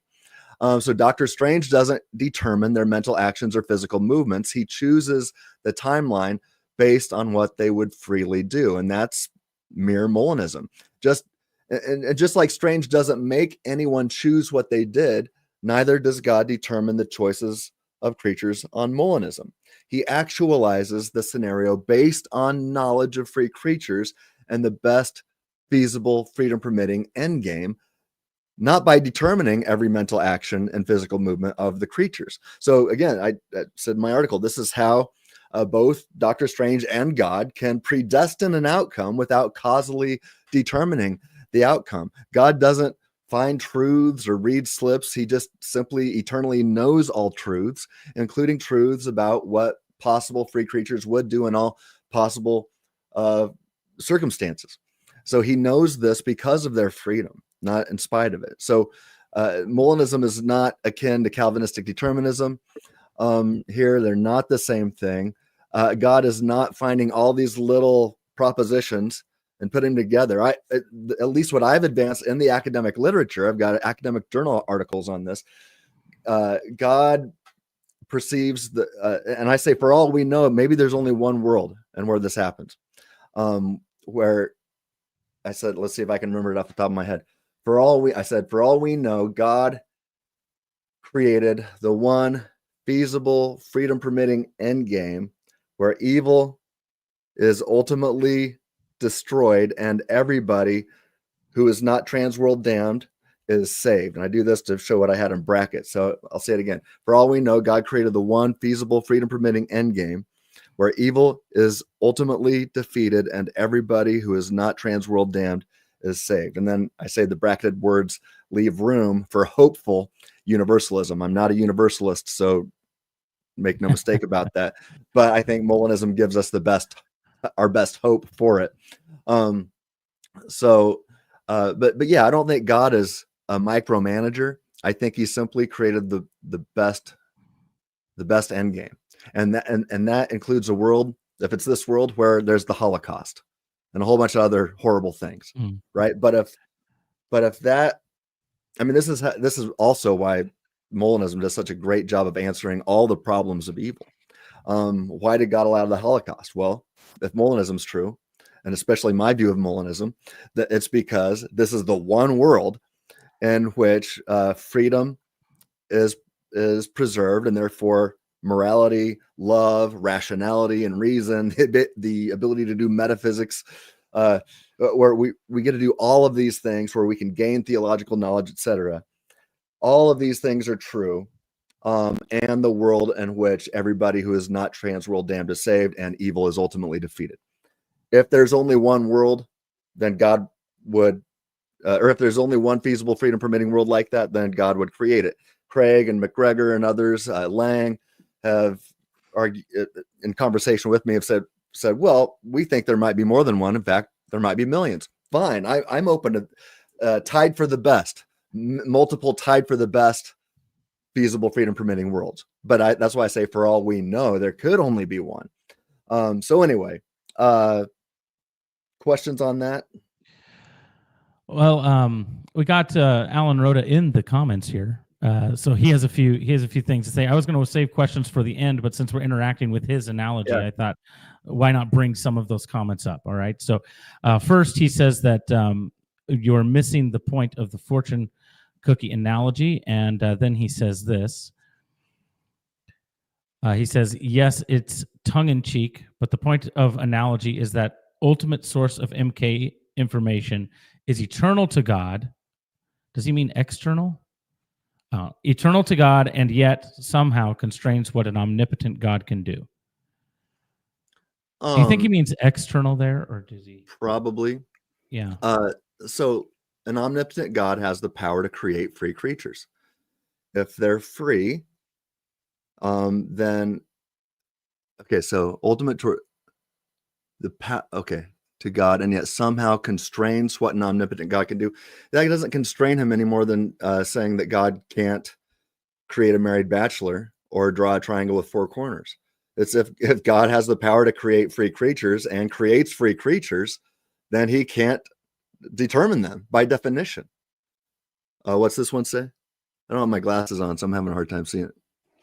Says, so it's as if God just discovers this information and then he finds himself constrained by it. That's like saying he's constrained by the fact that he can't create a married bachelor. God cannot do the logically impossible. And so by definition, he said, I see that not true, Tim.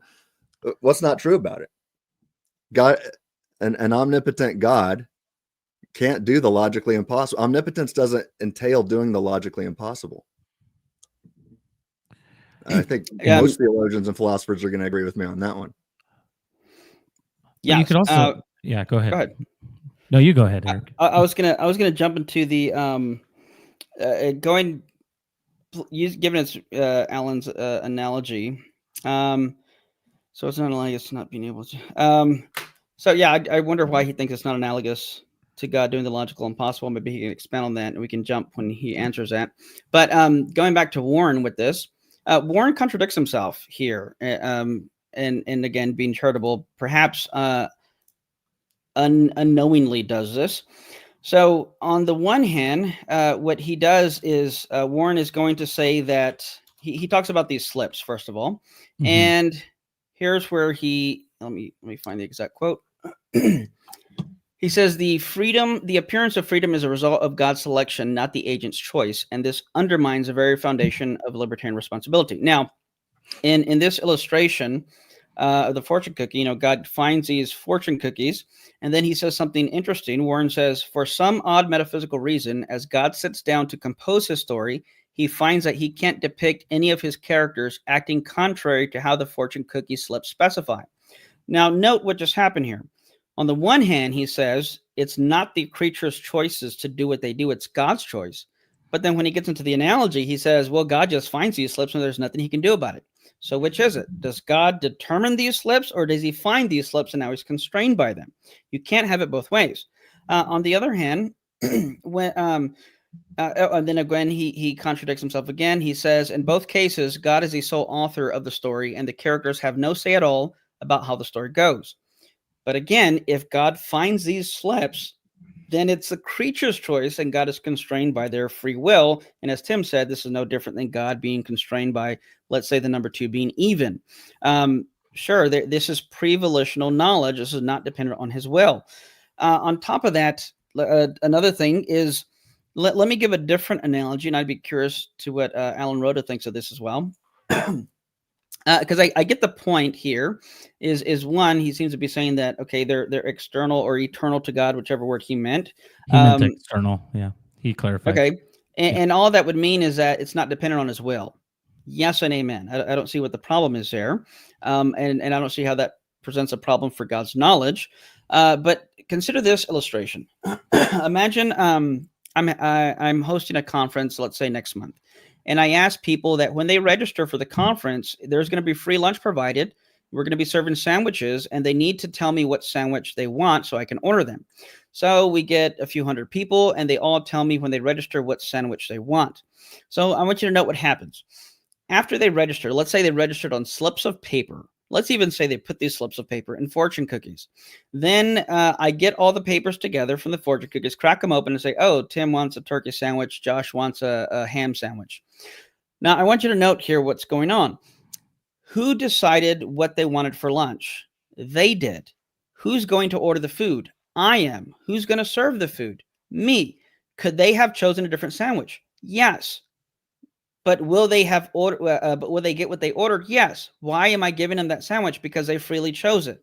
Now, where in this process is freedom removed? I don't get it. I don't see how just because someone chose something, and granted, it's not the perfect analogy, but I'm trying to modify this paper slip analogy. If you tell me what you want for lunch ahead of time, write it on a piece of paper, and I find it, your freedom's not removed just because I do what you wanted. It was still your choice. And yet Warren seems to say, well, God's the one that chose that slip. Now, as I said earlier, he assumes that the person is turning in more than one slip. But again, in natural knowledge, God knows all the possible sandwich choices you could make. But in his middle knowledge, he knows the actual choice that you would make in that situation. So there are no other slips. It's just that slip of the one you chose. So Warren either has to concede that God is limited, quote unquote, by the actions of free creatures, that he does not author these things, or he's going to have to go with what he argues and says, well, God's the one that your choice is determined by God because God chose that world. But yet God chose a world in which you did something and you chose something freely. Again, going back to that lunch analogy. And then the last thing I'd say here is he also seems to be confusing the very notion of Molinism itself. And I don't know if Alan Rhoda does this, because I can only go with what Warren said. But Warren seems to be assuming that what God does is he finds these individual slips of paper. Like Eric will do this, and there's another paper that says Eric will do this other thing in the same situation. I've already addressed that. But what I'm saying here is, on Molinism, God's not grabbing individual slips. He has entire scripts. And again, I'm just trying to stick with the analogy. There's entire scripts already written out, and it was written presumably by these free creatures. But Warren seems to assume that God can just make a collage and make his own script out of the existing scripts. But you can't do that. You cannot just take one isolated choice from one world, cut it out, and then cut out another choice from this world and then put it together. That seems to be the only way to understand his God is authoring the story, because as he concedes, these slips were already written, but God is not finding individual slips, but rather entire scripts, and God chooses a script.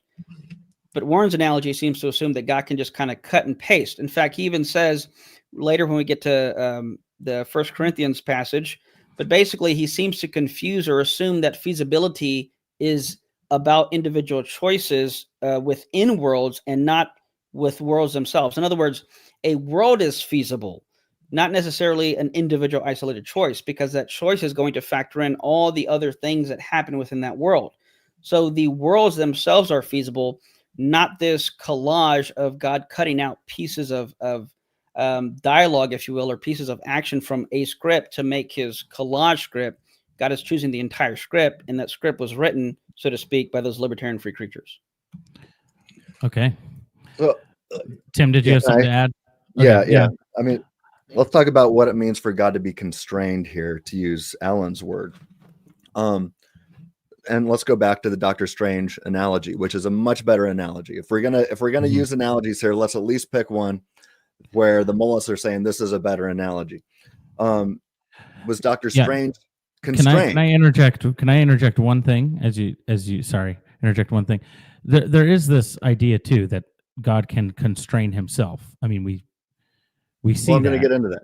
Okay. So you're going to get into it. Sorry. Yeah. Never mind. All right. So, I'm sorry. I'm supposed to just be the host. You go ahead and well, yeah. So let's start with that. God can constrain himself and not create at all, right? Yeah. So God is not obligated to create. Creation is contingent. Now, some Calvinists will disagree and don't think that even God has free will. Some Thomists actually would disagree as well, and we get into this modal collapse issue then at that point. But I think open theists and Molinists were all going to agree that God did not have to create. So there is some level of constraint there that God can exercise, I guess, if you want to use that word. But let's go back to the Doctor Strange analogy. Doctor Strange is constrained in that analogy by free creatures. And that's why he could not create the best possible world. He had to create the best feasible freedom permitting scenario. And that is a world that had a lot of bad stuff in it, but it was the best end game. Now, God is constrained by how free creatures would freely choose, right? He doesn't, I'm sure God would prefer it to create a freedom permitting world where all humans and angels and any other person always lived according to God's intentional design plan and his law. But if God wants to have a world in which true love can be actualized, then God has to create a world with freedom, with libertarian freedom, because you can't force love. You can't force freedom. You can't force true love to occur. So, and I think Jesus makes it clear that that's the purpose of existence, of human existence.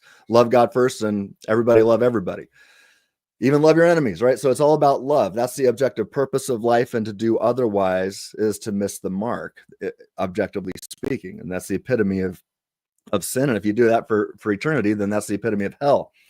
But if God desires to create a world of true love, then he's got to give us libertarian freedom. And if libertarian freedom is really free and not a word game, then we have the power to disobey and to use that same power to love to do evil.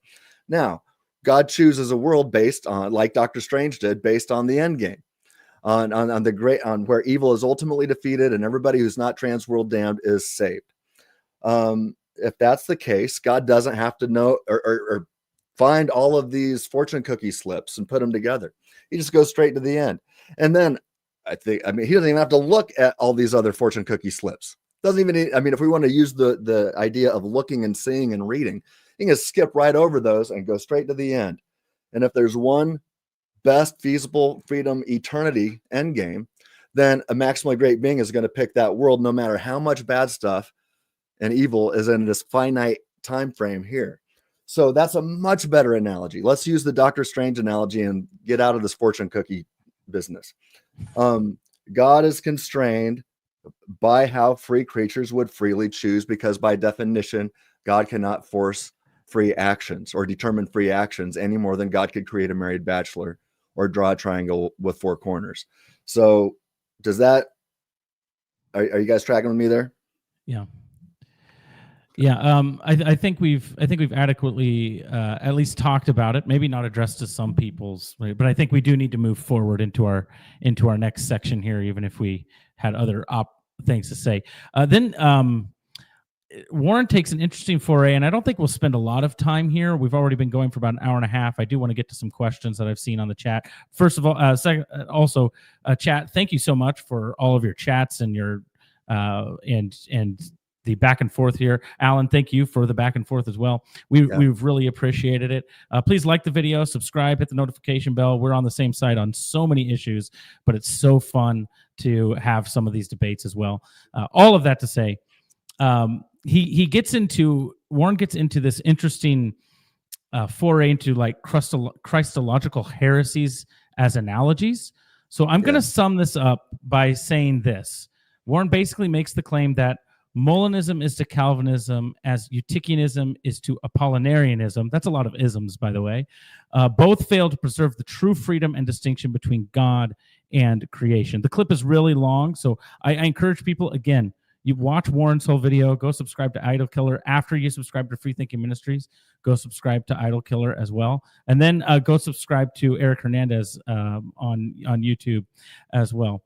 But is that fair? Did I sum that up adequately? Yeah, and we don't have to get into a lot of it here. I actually kind of unpacked this a lot in my article on freethinkingministries.com.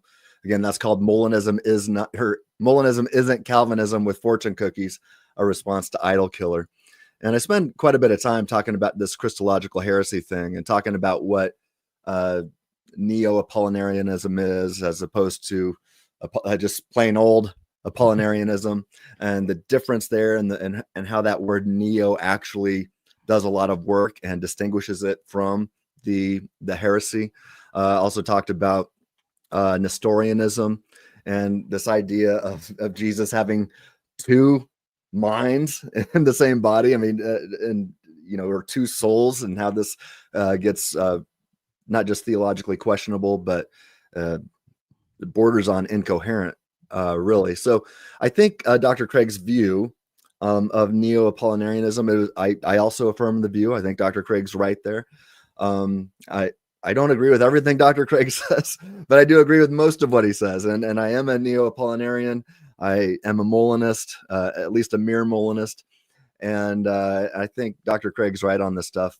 I don't think we need to spend a lot of time on it here unless you guys want to. Do you want to talk about the Christological heresies?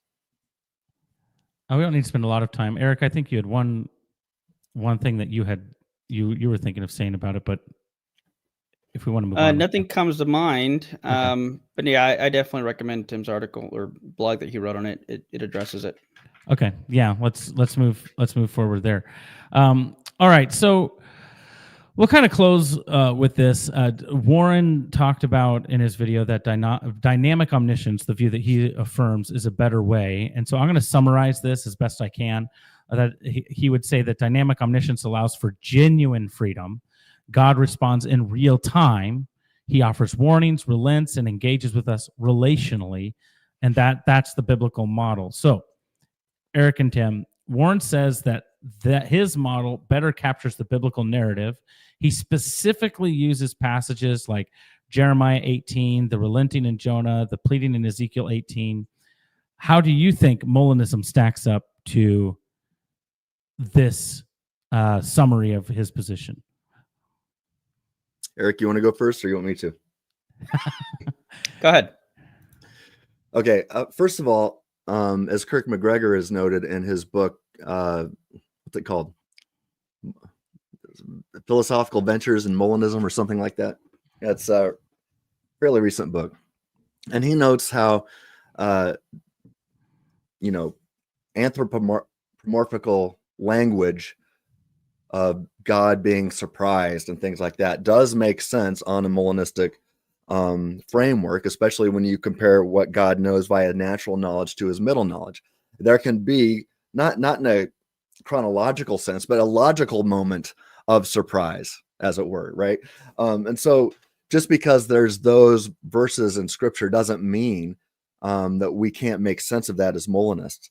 Then I would say, but there's also passages of scripture that make much better sense, saying that God knows the truth value to counterfactuals and things like that. And to even say that God knows those things before the foundation of the world. I mean, for example, in Psalm 139, I think, that talks about how God knows every one of our days prior to our first day, right? So God knows each and every one of us how many days we're going to live. The open theist and the Molinist are both going to agree that oftentimes our lives come to an end due to libertarian free choices, whether it be suicide, murder, bad decisions, whatever. So if that's the case, and we've got libertarian freedom, and God knows prior to the foundation of the world and prior to our first day how many days are written in the book, right? Then Molinism is going to be the only way to make sense of passages like that. And I would say Molinism, as I say in the last sentence of my book, look, I'm not saying that I'm not willing to die on the hill of Molinism. I'm actually open to this open theistic view, and there's different open theism views. I just don't think it makes. I think it has a hard time of making sense of all the biblical data. I think Molinism does a much better job of doing that. I think it does make sense of all the biblical data, and that's why I'm a Molinist. But just quickly, I guess I'd just say that regarding, when I say I'm open to some views of open theism, to use an analogy, another movie analogy, and I discussed this in my article, that open theism is kind of like the entity. And I've talked to Warren about this, actually. I private message him. And I say, you really need to do a video on this, because this would be the best view, even though I'm not an open theist, this would be the best way to help people understand I think the strongest version of open theism. And that would be like the entity in Mission Impossible, I think episode 7 that came out last summer. And I think chapter 8 is coming out this summer. But there's this AI entity that it's a powerful predictive intelligence that can anticipate what free agents are likely to do with extremely high degrees of certainty based on unparalleled insight and planning. And so you could use that to get something close to the benefits that Molinism gets, just maybe not all the way. I think that'd be their best way to do it. I'd love to hear what Warren and others might think on that. Yeah, at the end of the day, I think I kind of strayed away from your original question, Josh. Remind me of what that was. That's what yeah, it was basically, how does it explain the biblical data? Oh yeah, biblical data. How does it stack up to it? Yeah. I mean, yeah, just to reiterate what I said, Kirk McGregor has shown how Molinists have access to that language as well, that the open theists think they've only got access to. Number 2, there's so much counterfactual knowledge offered in Scripture, and language about predestination. You can make a rational case that the Bible is talking about the predestination of all things, and Paul and elsewhere talks about what God has chosen prior to creation, prior to the foundations of the world. When you take all of the data and put it in and consider it all together, my case is simply Molinism is going to do a much better job of explaining all the data. While I think open theism does a better job and makes sense of more of the data than Ed Calvinism or even Tulip Calvinism, I would say both of those fail compared to Molinism. That's what I think. That's how I've surveyed all the data so far. I'm always open to change my mind if I've offered more data or different ways to think about it. So I'm always open to the conversation, but I think Molinism's true, at least mere Molinism. Eric, do you have any thoughts on that claim of dynamic omniscience? Yeah, I don't think it's biblical. A few things is one, I'll repeat what I said earlier. If the open theist is going to take these certain passages kind of at face value, then that would imply that God had false beliefs. And now you can go the Greg Boyd route and say, well, no, God never had a belief about that. Let me pack the first. You read in Scripture where, they did something that, God didn't intend or God didn't know, or it seems to allude to that. If we're going to take that at face value, then we're going to say that God had false beliefs. Now, I'll leave it to the audience to answer this question. Would a perfect being that is omniscient include in the definition of omniscience having false beliefs? I don't think so. Now, Boyd's escape route is to say, well, God never had beliefs about those things. He only believed the probability about those things. So to reiterate, God didn't believe Adam would do X in the garden. God believed it is highly probable that Adam would do X. And if Adam does something different, he is surprised. And that doesn't indicate he had a false belief. It indicates a reaction to him being surprised that the improbable happened. So now God is refraining and choosing to remain agnostic about certain things as to not have false beliefs. But then if that's the case, as I mentioned, Robert Stewart argues, let's say if he can know that his wife loves him tomorrow, then he is arguing to have the exact type of knowledge that the open theist says God cannot have. Knowledge of a future free human choice. So if I know this and God refuses or doesn't take a stance on it, well, then I can know something God can't. And I can even know it before God knows it, because God would know it once it becomes true. And if let's just say, okay, I just believed it. Let's take the open theist route. Well, Eric, you can't say you know it, but you can say you believed it. Okay, well, if that's the case, my knowledge is now logically prior to God knowing it. How so? Because given that I already believed it, which remember, God won't if you take the Greg Boyd route, because God is going to remain agnostic and just have beliefs about the probability. Well, then once that thing becomes true, once P becomes true, then it simultaneously, I then know it, whereas God is going to first believe it, then know it. So I would know something logically prior to God knowing it. Now, does that sound like the biblical view of God where I can outperform God epistemically? I don't think so. On top of that, take, and I forget who argued this, but it's also in the Philosophical Essays Against Open Theism. They ask you to imagine the case of McStupid. There's a gentleman, his name is McStupid, and he knows everything about himself, but for some reason, it is logically impossible for him to know anything else. Now, on a definition like those given by Hasker or Swinburne, God knows everything that is logically possible to know, and he's omniscient. Well, if McStupid knows everything about himself, but it's logically impossible for him to know anything else, then it would have to follow that McStupid is omniscient. Now, surely a perfect being would have to know more things than McStupid does, but on that modal definition of omniscience, both McStupid and God would equally be omniscient. That seems very odd. That does not seem like a biblical view of God's knowledge. So God has false beliefs, or I can know things before God knows them, and I can know things God doesn't. And God would be omniscient just as McStupid is omniscient. Neither of those seem to be a biblical view of God's omniscience. Okay. And Warren says he doesn't believe you chose McStupid example randomly. McStupid. Hey, I like Warren's, the way he unpacks dynamic omniscience. And I discussed this in the article too. And he says you got to affirm three things for dynamic omniscience. Number one, that God knows all the facts. Two, dynamic time. And three, that the future is not settled. And I say, depending on how the word settled is defined, which Warren didn't give for us, I, as a mere Molinist, affirm this view of dynamic omniscience. I can say, in one sense, I can say, yeah, the future is not settled because it's not determined, even though God knows what it's going to be.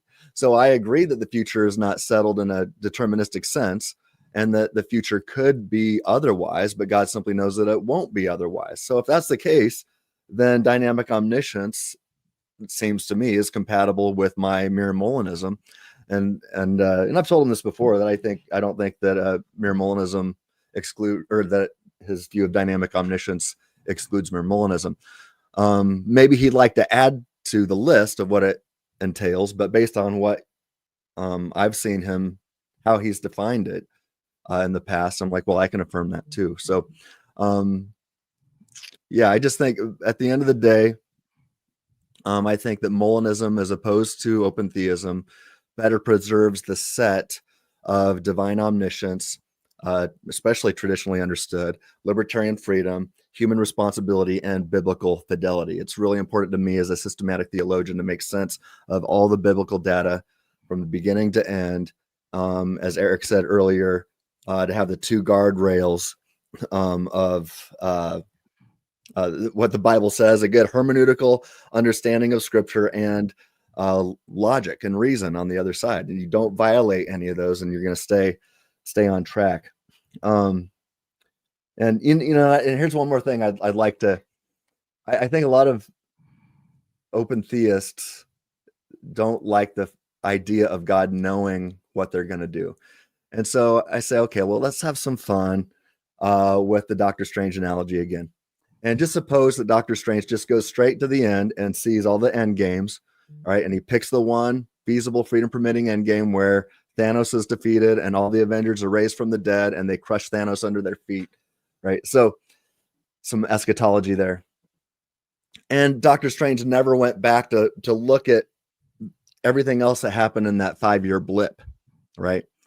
So all of that is still unknown by Doctor Strange, but he does pick the best freedom permitting endgame. It seems to me like one could combine open theism with the merest of mere Molinism here, and that God uses middle knowledge to choose the best endgame, and then doesn't even look at everything else that goes on in between. That's not my view, to be clear, not my view. And it seems to me like God can sure know all these other details, and that he would know them. But I think the open theist who just doesn't like that view could say that he uses his middle knowledge to create the one or the best feasible freedom permitting scenario in which evil is ultimately defeated and everybody who's not transworld damned is saved, and then chooses not to know all the other details, doesn't know what color t-shirt you're going to wear, things like that, just chooses not to know. So then the open theist gets to have their cake and eat it too, and can still have this freedom that they think that they need to be free from God's knowledge. Look, I don't think that that's a problem, but if the open theist does, I think you could still appeal to a version of mere Molinism, like I said, the merest of mere Molinism, maybe, and combine the two views. Just throwing it out there, kind of off the top of my head right now. Love to hear what Warren and others have to, what they think about that. What do you guys think about it, Josh and Eric? Well, I would say the thing that I knew coming into this with 100% certainty is that Tim would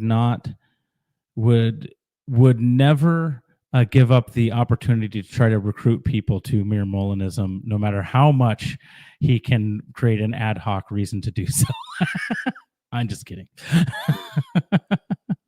So that's what I have to say. Eric, what do you...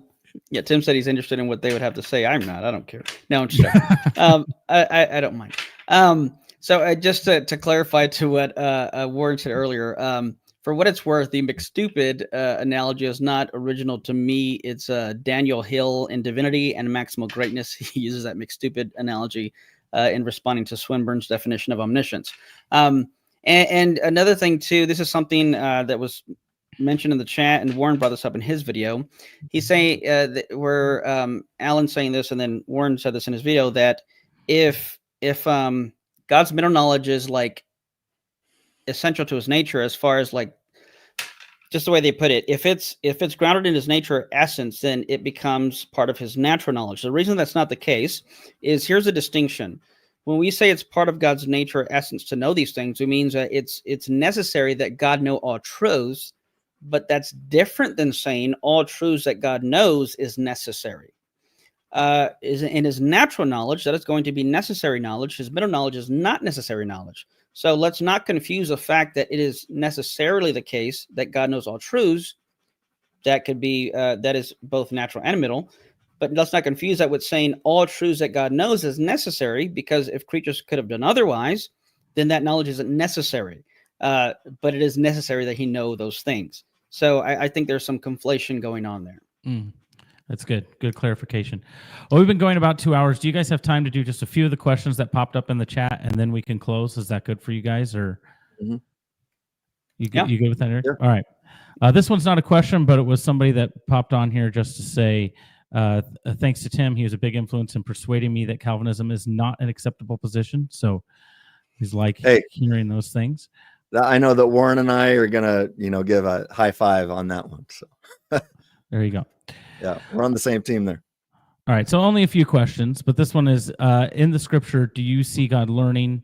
I think I accidentally starred the wrong one here. GMW had a question that I meant to star, but let's move on. Let's move on to this one. All right.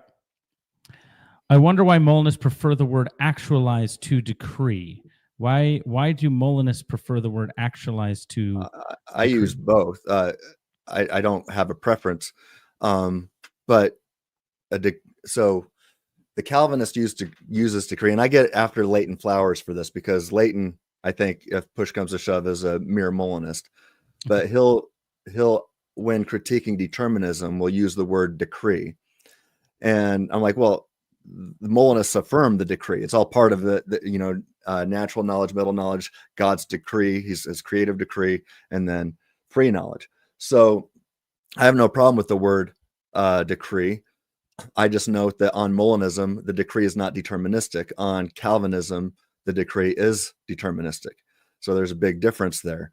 But I use actualizable, usually synonymous, to be synonymous with creatable, right? You could say that's not a creatable kind of a world, where, let's say, where Satan freely chooses to love God in return. That might not be a feasible or a creatable kind of world that God could create. For all we know, it isn't. God, with middle knowledge, knows if it is or not. But that's I don't have a problem with decree, but when I use the word actualizable, I usually mean creatable. Does that make sense?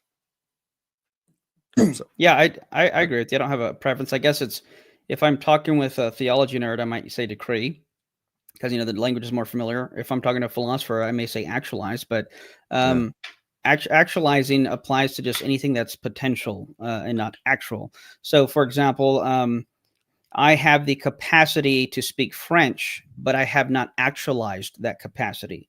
So in that sense, I couldn't say I haven't decreed myself to speak French, right? It said I haven't actualized the capacity I already have to speak French. And so actualization is typically referring to the range of worlds that are feasible for God to create. But again, if I'm talking to a quote unquote theology nerd, then I may say decree because it may be easier with the language and to get to the point of what I'm trying to get at. Okay. All right. Next question says, and thank you for putting question in there, Reagan, or Regan. I'm not sure how to pronounce that. So what are facts or propositions? On pain of accepting the existence of abstract objects, it seems like CCFs and all other propositions are ultimately the contents of God's mind. Do we understand that question? well, a proposition is just a statement. So saying Tim Stratton shaves his head is a it's either true or false.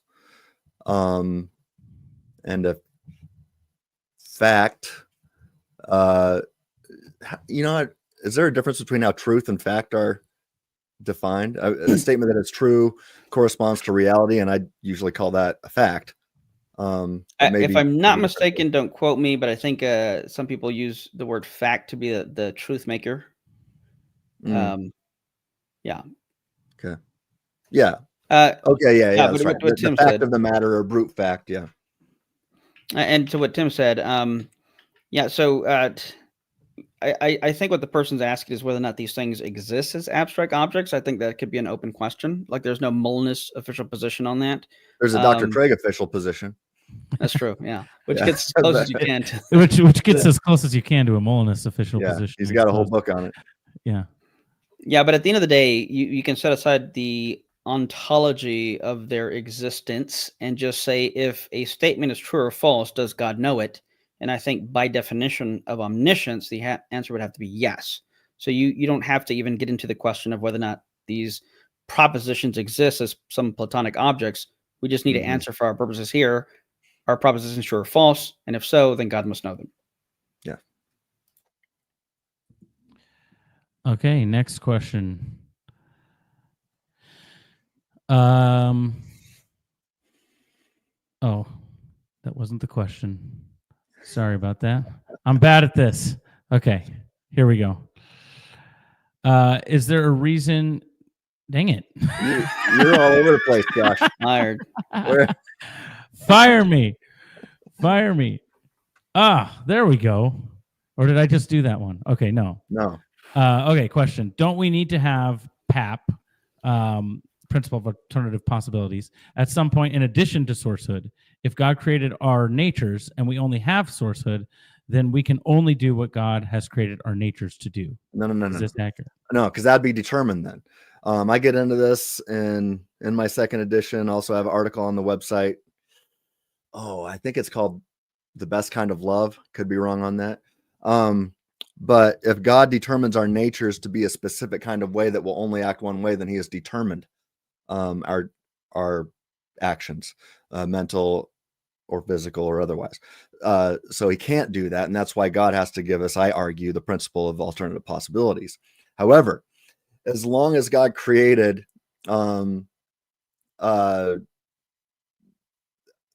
us to be first movers, who have broken the chains of causation. And I argue that that's a supernatural thing that can only happen. And this gets us into Eric's expertise here, because we're souls that have bodies here. And Eric, we're going to have you on this show sometime just for soul stuff. But I'd love it.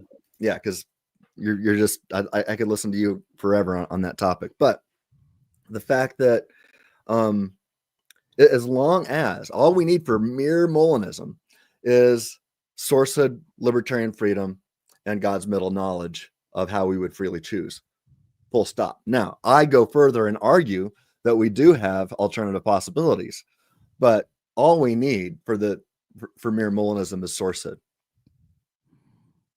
It's good. Anything to add to that, Eric? Yeah. So to echo what Tim's saying on the libertarian question, yeah, I would say we're simply saying, even if we grant. So I like to, as you see my book back there, The Lazy Approach to Evangelism. I got to find a shameless plug for that somewhere. Absolutely. Basically, I like to take a lazy approach, if you will, and rather than fight against the tide, so to speak, I just say, let's concede what this person's saying. It still doesn't give him what he thinks it gives him. So I'm not saying we don't have principle of alternative possibilities. I'm with Tim. I think most of the time we do, if not all the time. I'm saying that even if we grant the argument that I couldn't have done otherwise, it doesn't get you to determinism. Now, let me explain to why I would hold to the distinction I made between necessary and sufficient, that sourcehood is necessary and sufficient, whereas PAP is simply sufficient but not necessary. One of the things that got me to change my views on this years ago, I give one biblical or theological and then one practical.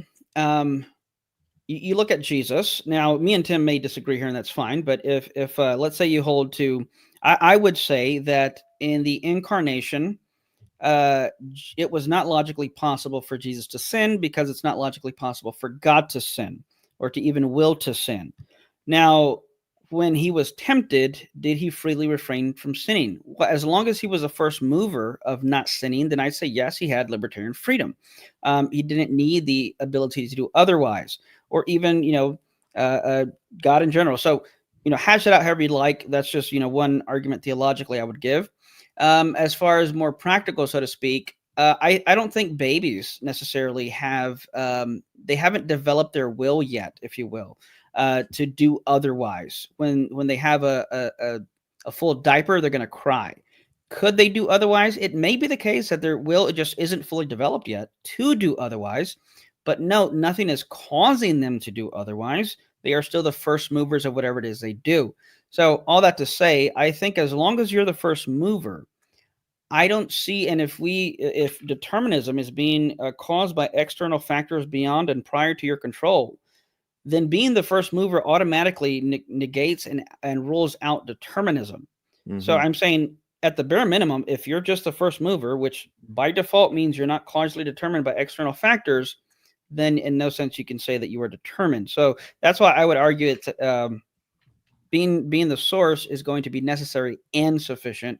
Whereas I can grant, say, okay, let's leave out PAP. You still have to answer whether or not I'm the first mover. And if I am, then I'm not determined. And well, let me add one more thing. In my article I just referenced called The Best Kind of Love, I discuss that true sourcehood does not entail PAP. I think it often and usually does, but give the example of God and his love. There is nothing other than God, that there's not something or someone else other than God that determines God to love to love everybody. Right.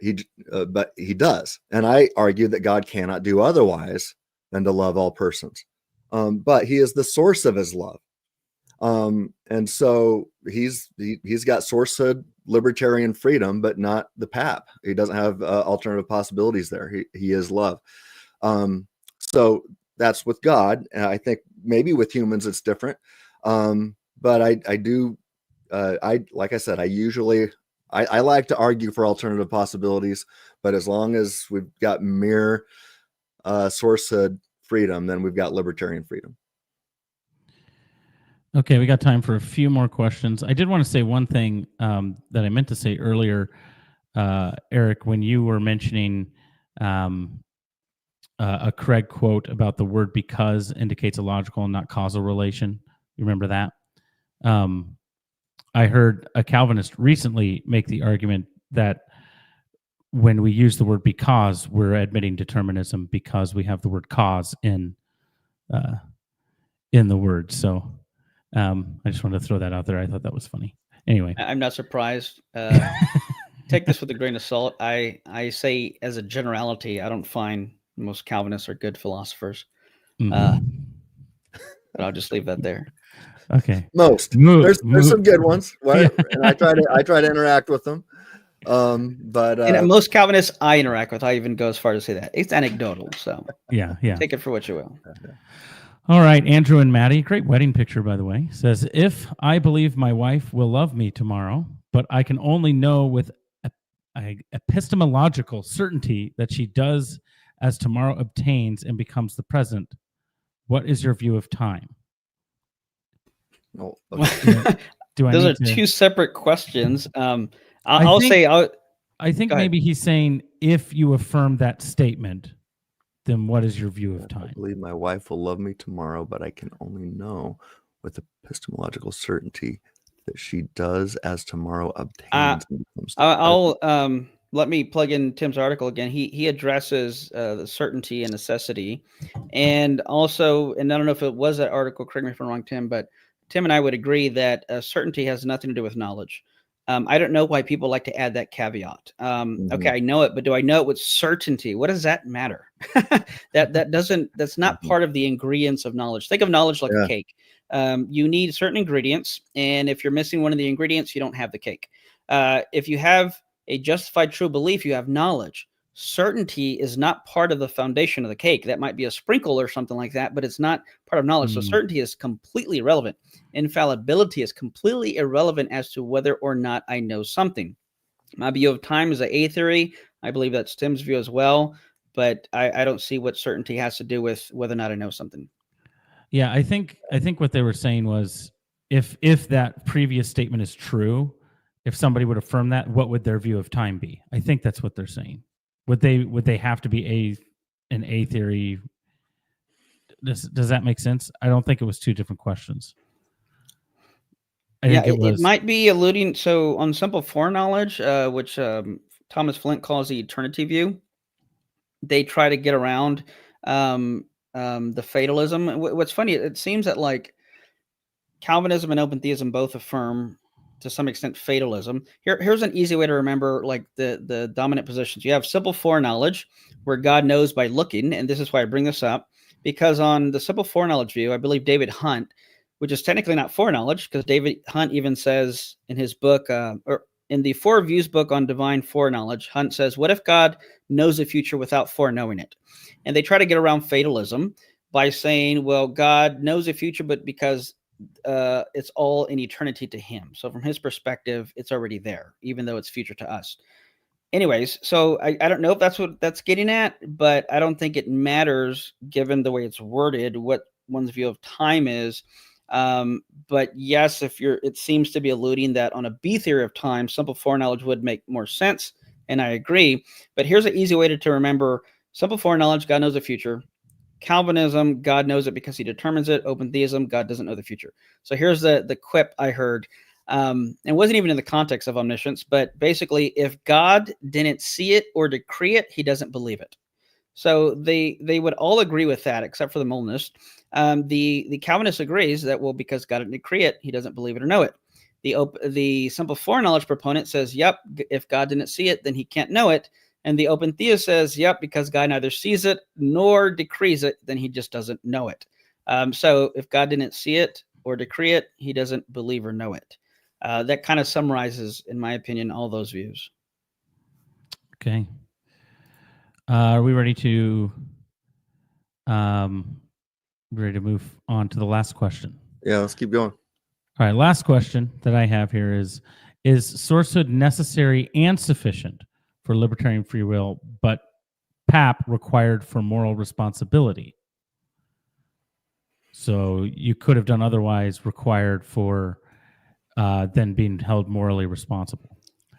I would just say that I kind of already addressed that with the Jesus thing, and it sounds like Tim did as well.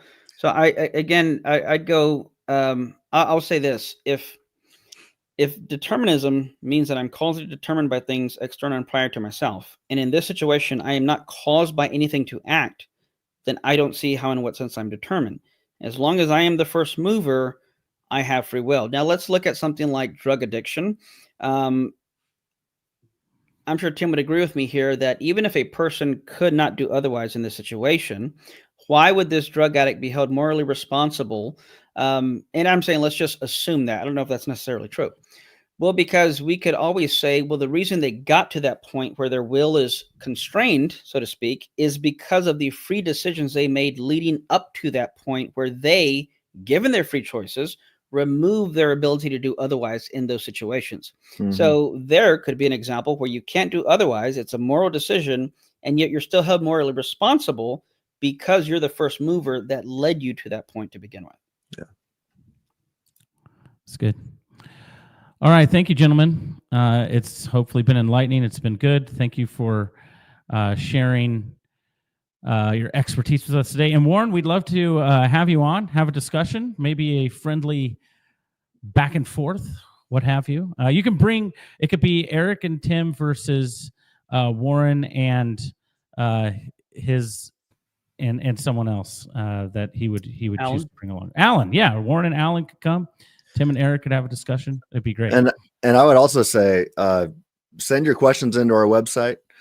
I love. I think written dialogue is usually better to make sure things don't fall through the cracks. So I just love interacting. That's why we did a blog article and a video response to this. So yeah, send your questions in, and I would say if they're good, Josh is going to get them to me, and I'll answer them. Yes, and then we'll record a video sometimes answering them. Our friends at Trinity Radio are here. He says, how do you sustain that Molinism is essential for salvation when the Bible doesn't even talk about Molinism? Isn't it true that the word Molinism isn't even in the Bible? I guess, dang gotta it, pack he up, got boys. You. He got Been a good us. ride. Oops. He got us. All right, guys, any closing thoughts as we close up here? I just want to say that Warren is brilliant. Such a good thinker. And I know he would say the same thing about us as well. This is an example of how I think things should be. When you look at the disagreements between, that Josh and I and Eric that we've had with Calvinists, it often just seems like it gets dirty and muddy and gross quickly. What I love about Warren is how careful he's being to be respectful in this disagreement. Feelings are never hurt on either side here, and we both constantly are lifting the other up. We're not trying to tear the other down and say, hey, you shouldn't listen to anything this guy's got to say. We're just saying, hey, this is something we disagree on here. We can see why we're disagreeing. Still not convinced, but man, this guy is brilliant. Warren is brilliant. Alan Rhoda is brilliant. I endorse them. I say, even when I don't agree with them, I still say people need to listen to them, read their stuff, watch their videos, learn from them, be sharp, and be challenged by them. And I'm sure grateful that these guys challenge me, and I'm honored to consider them as friends. So thank you. And make sure you follow Warren and subscribe to Idol Killer. You won't regret it. Right. I kind of feel like when Tim says I'm brilliant, and then he just said Warren's brilliant, I kind of feel like it detracts from that compliment. For what it's worth. For what it's worth, Warren, I and Tim can attest to this. I was going to say something that could have been taken the wrong way, so let me try to reword it. We have stayed in the same house many times on mission trips and conferences. All that to say, Tim can attest that the people that I love most, I like to joke with and poke fun at and tease. Warren, you see how much I love you. There you go. Hence our first text exchange yesterday, Eric. Oh yeah. Let me tell you this: if Eric isn't picking on you, he doesn't like you. That's right. If he's not picking on you, you better wonder, what have I done to offend this guy? That's true. That is very true. So, so the more sarcasm and snark for me, the more love you can feel. It's my love language. So I would say, at the end of the day, whatever side you land on, you want to be guided by Scripture and what's called. Did I freeze? Yeah, but we can hear you. Yeah, we can hear you. Okay, that's a weird freeze. Hold on.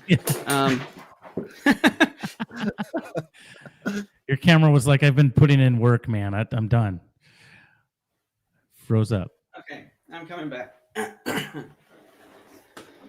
Okay, at the end of the day, I would say let your view and your conception of the nature of God be grounded in Scripture and God as a perfect being. and ask yourself which view of God is higher, which conception of God is higher. A God that knows everything, all true propositions, a God that doesn't hold false beliefs, a God that can't be wrong, a God that can accomplish his permissible will through the actions of free creatures, and a God who can providentially know and choose who's going to exist. In fact, one more thing, if I can backtrack a little bit, that I totally forgot about that just came to mind when we're talking about the biblical conception of God. In that Essays Against Open Theism book I mentioned, there's an interesting chapter, and it's summarized well here, where if you think about like, say, when it comes to pastoral care or situations, you're talking to someone who, let's say, they prayed for a husband, they got into marriage, but that husband was abusive and, cheated and all this stuff, and it ended in divorce.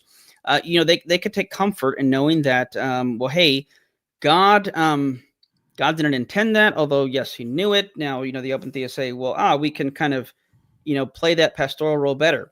Well, here's what they say in that book is, for open theists, this has the opposite effect on the pastoral problem.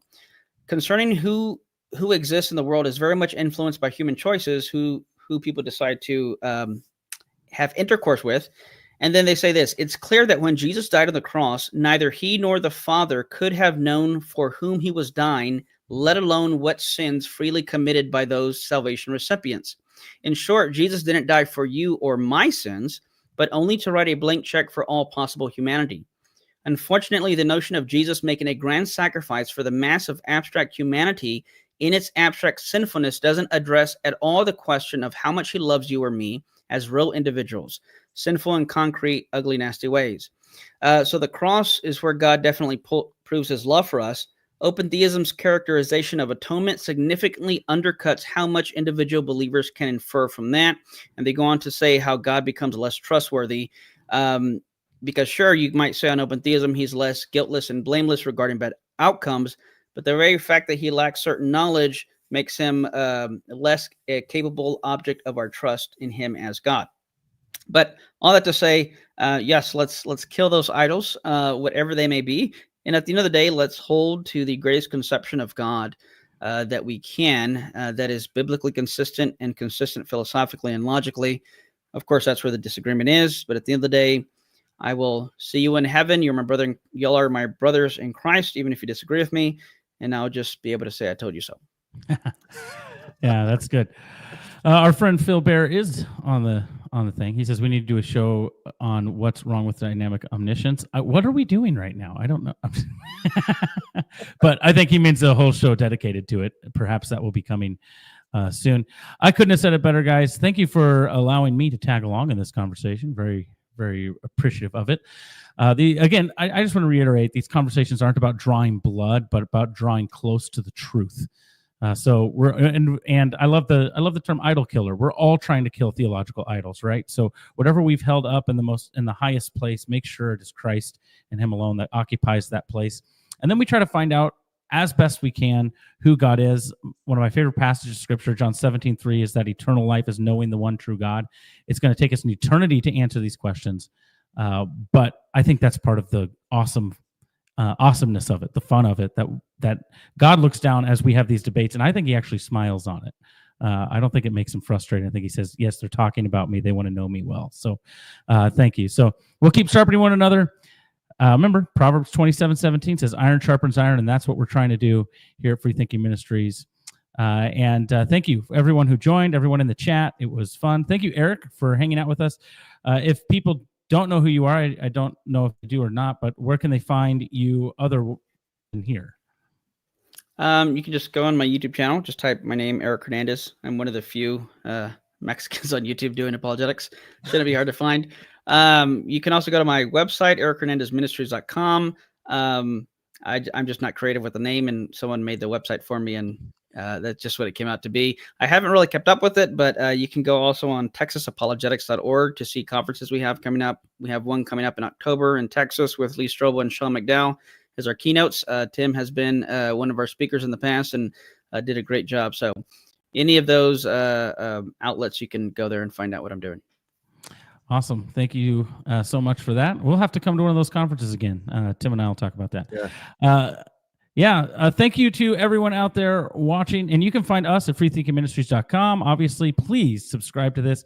And we are only funded through people who give and donate a tax-deductible donation. So you can go to freethinkingministries.com/donate and join our team and get on our mailing list. Make sure you don't miss an article, don't miss an episode. We've got all sorts of stuff coming up here soon as well. And we like to sign off in a very specific way here at Free Thinking Ministries. As we always say, Tim, take it away. Stay reasonable. Stay reasonable.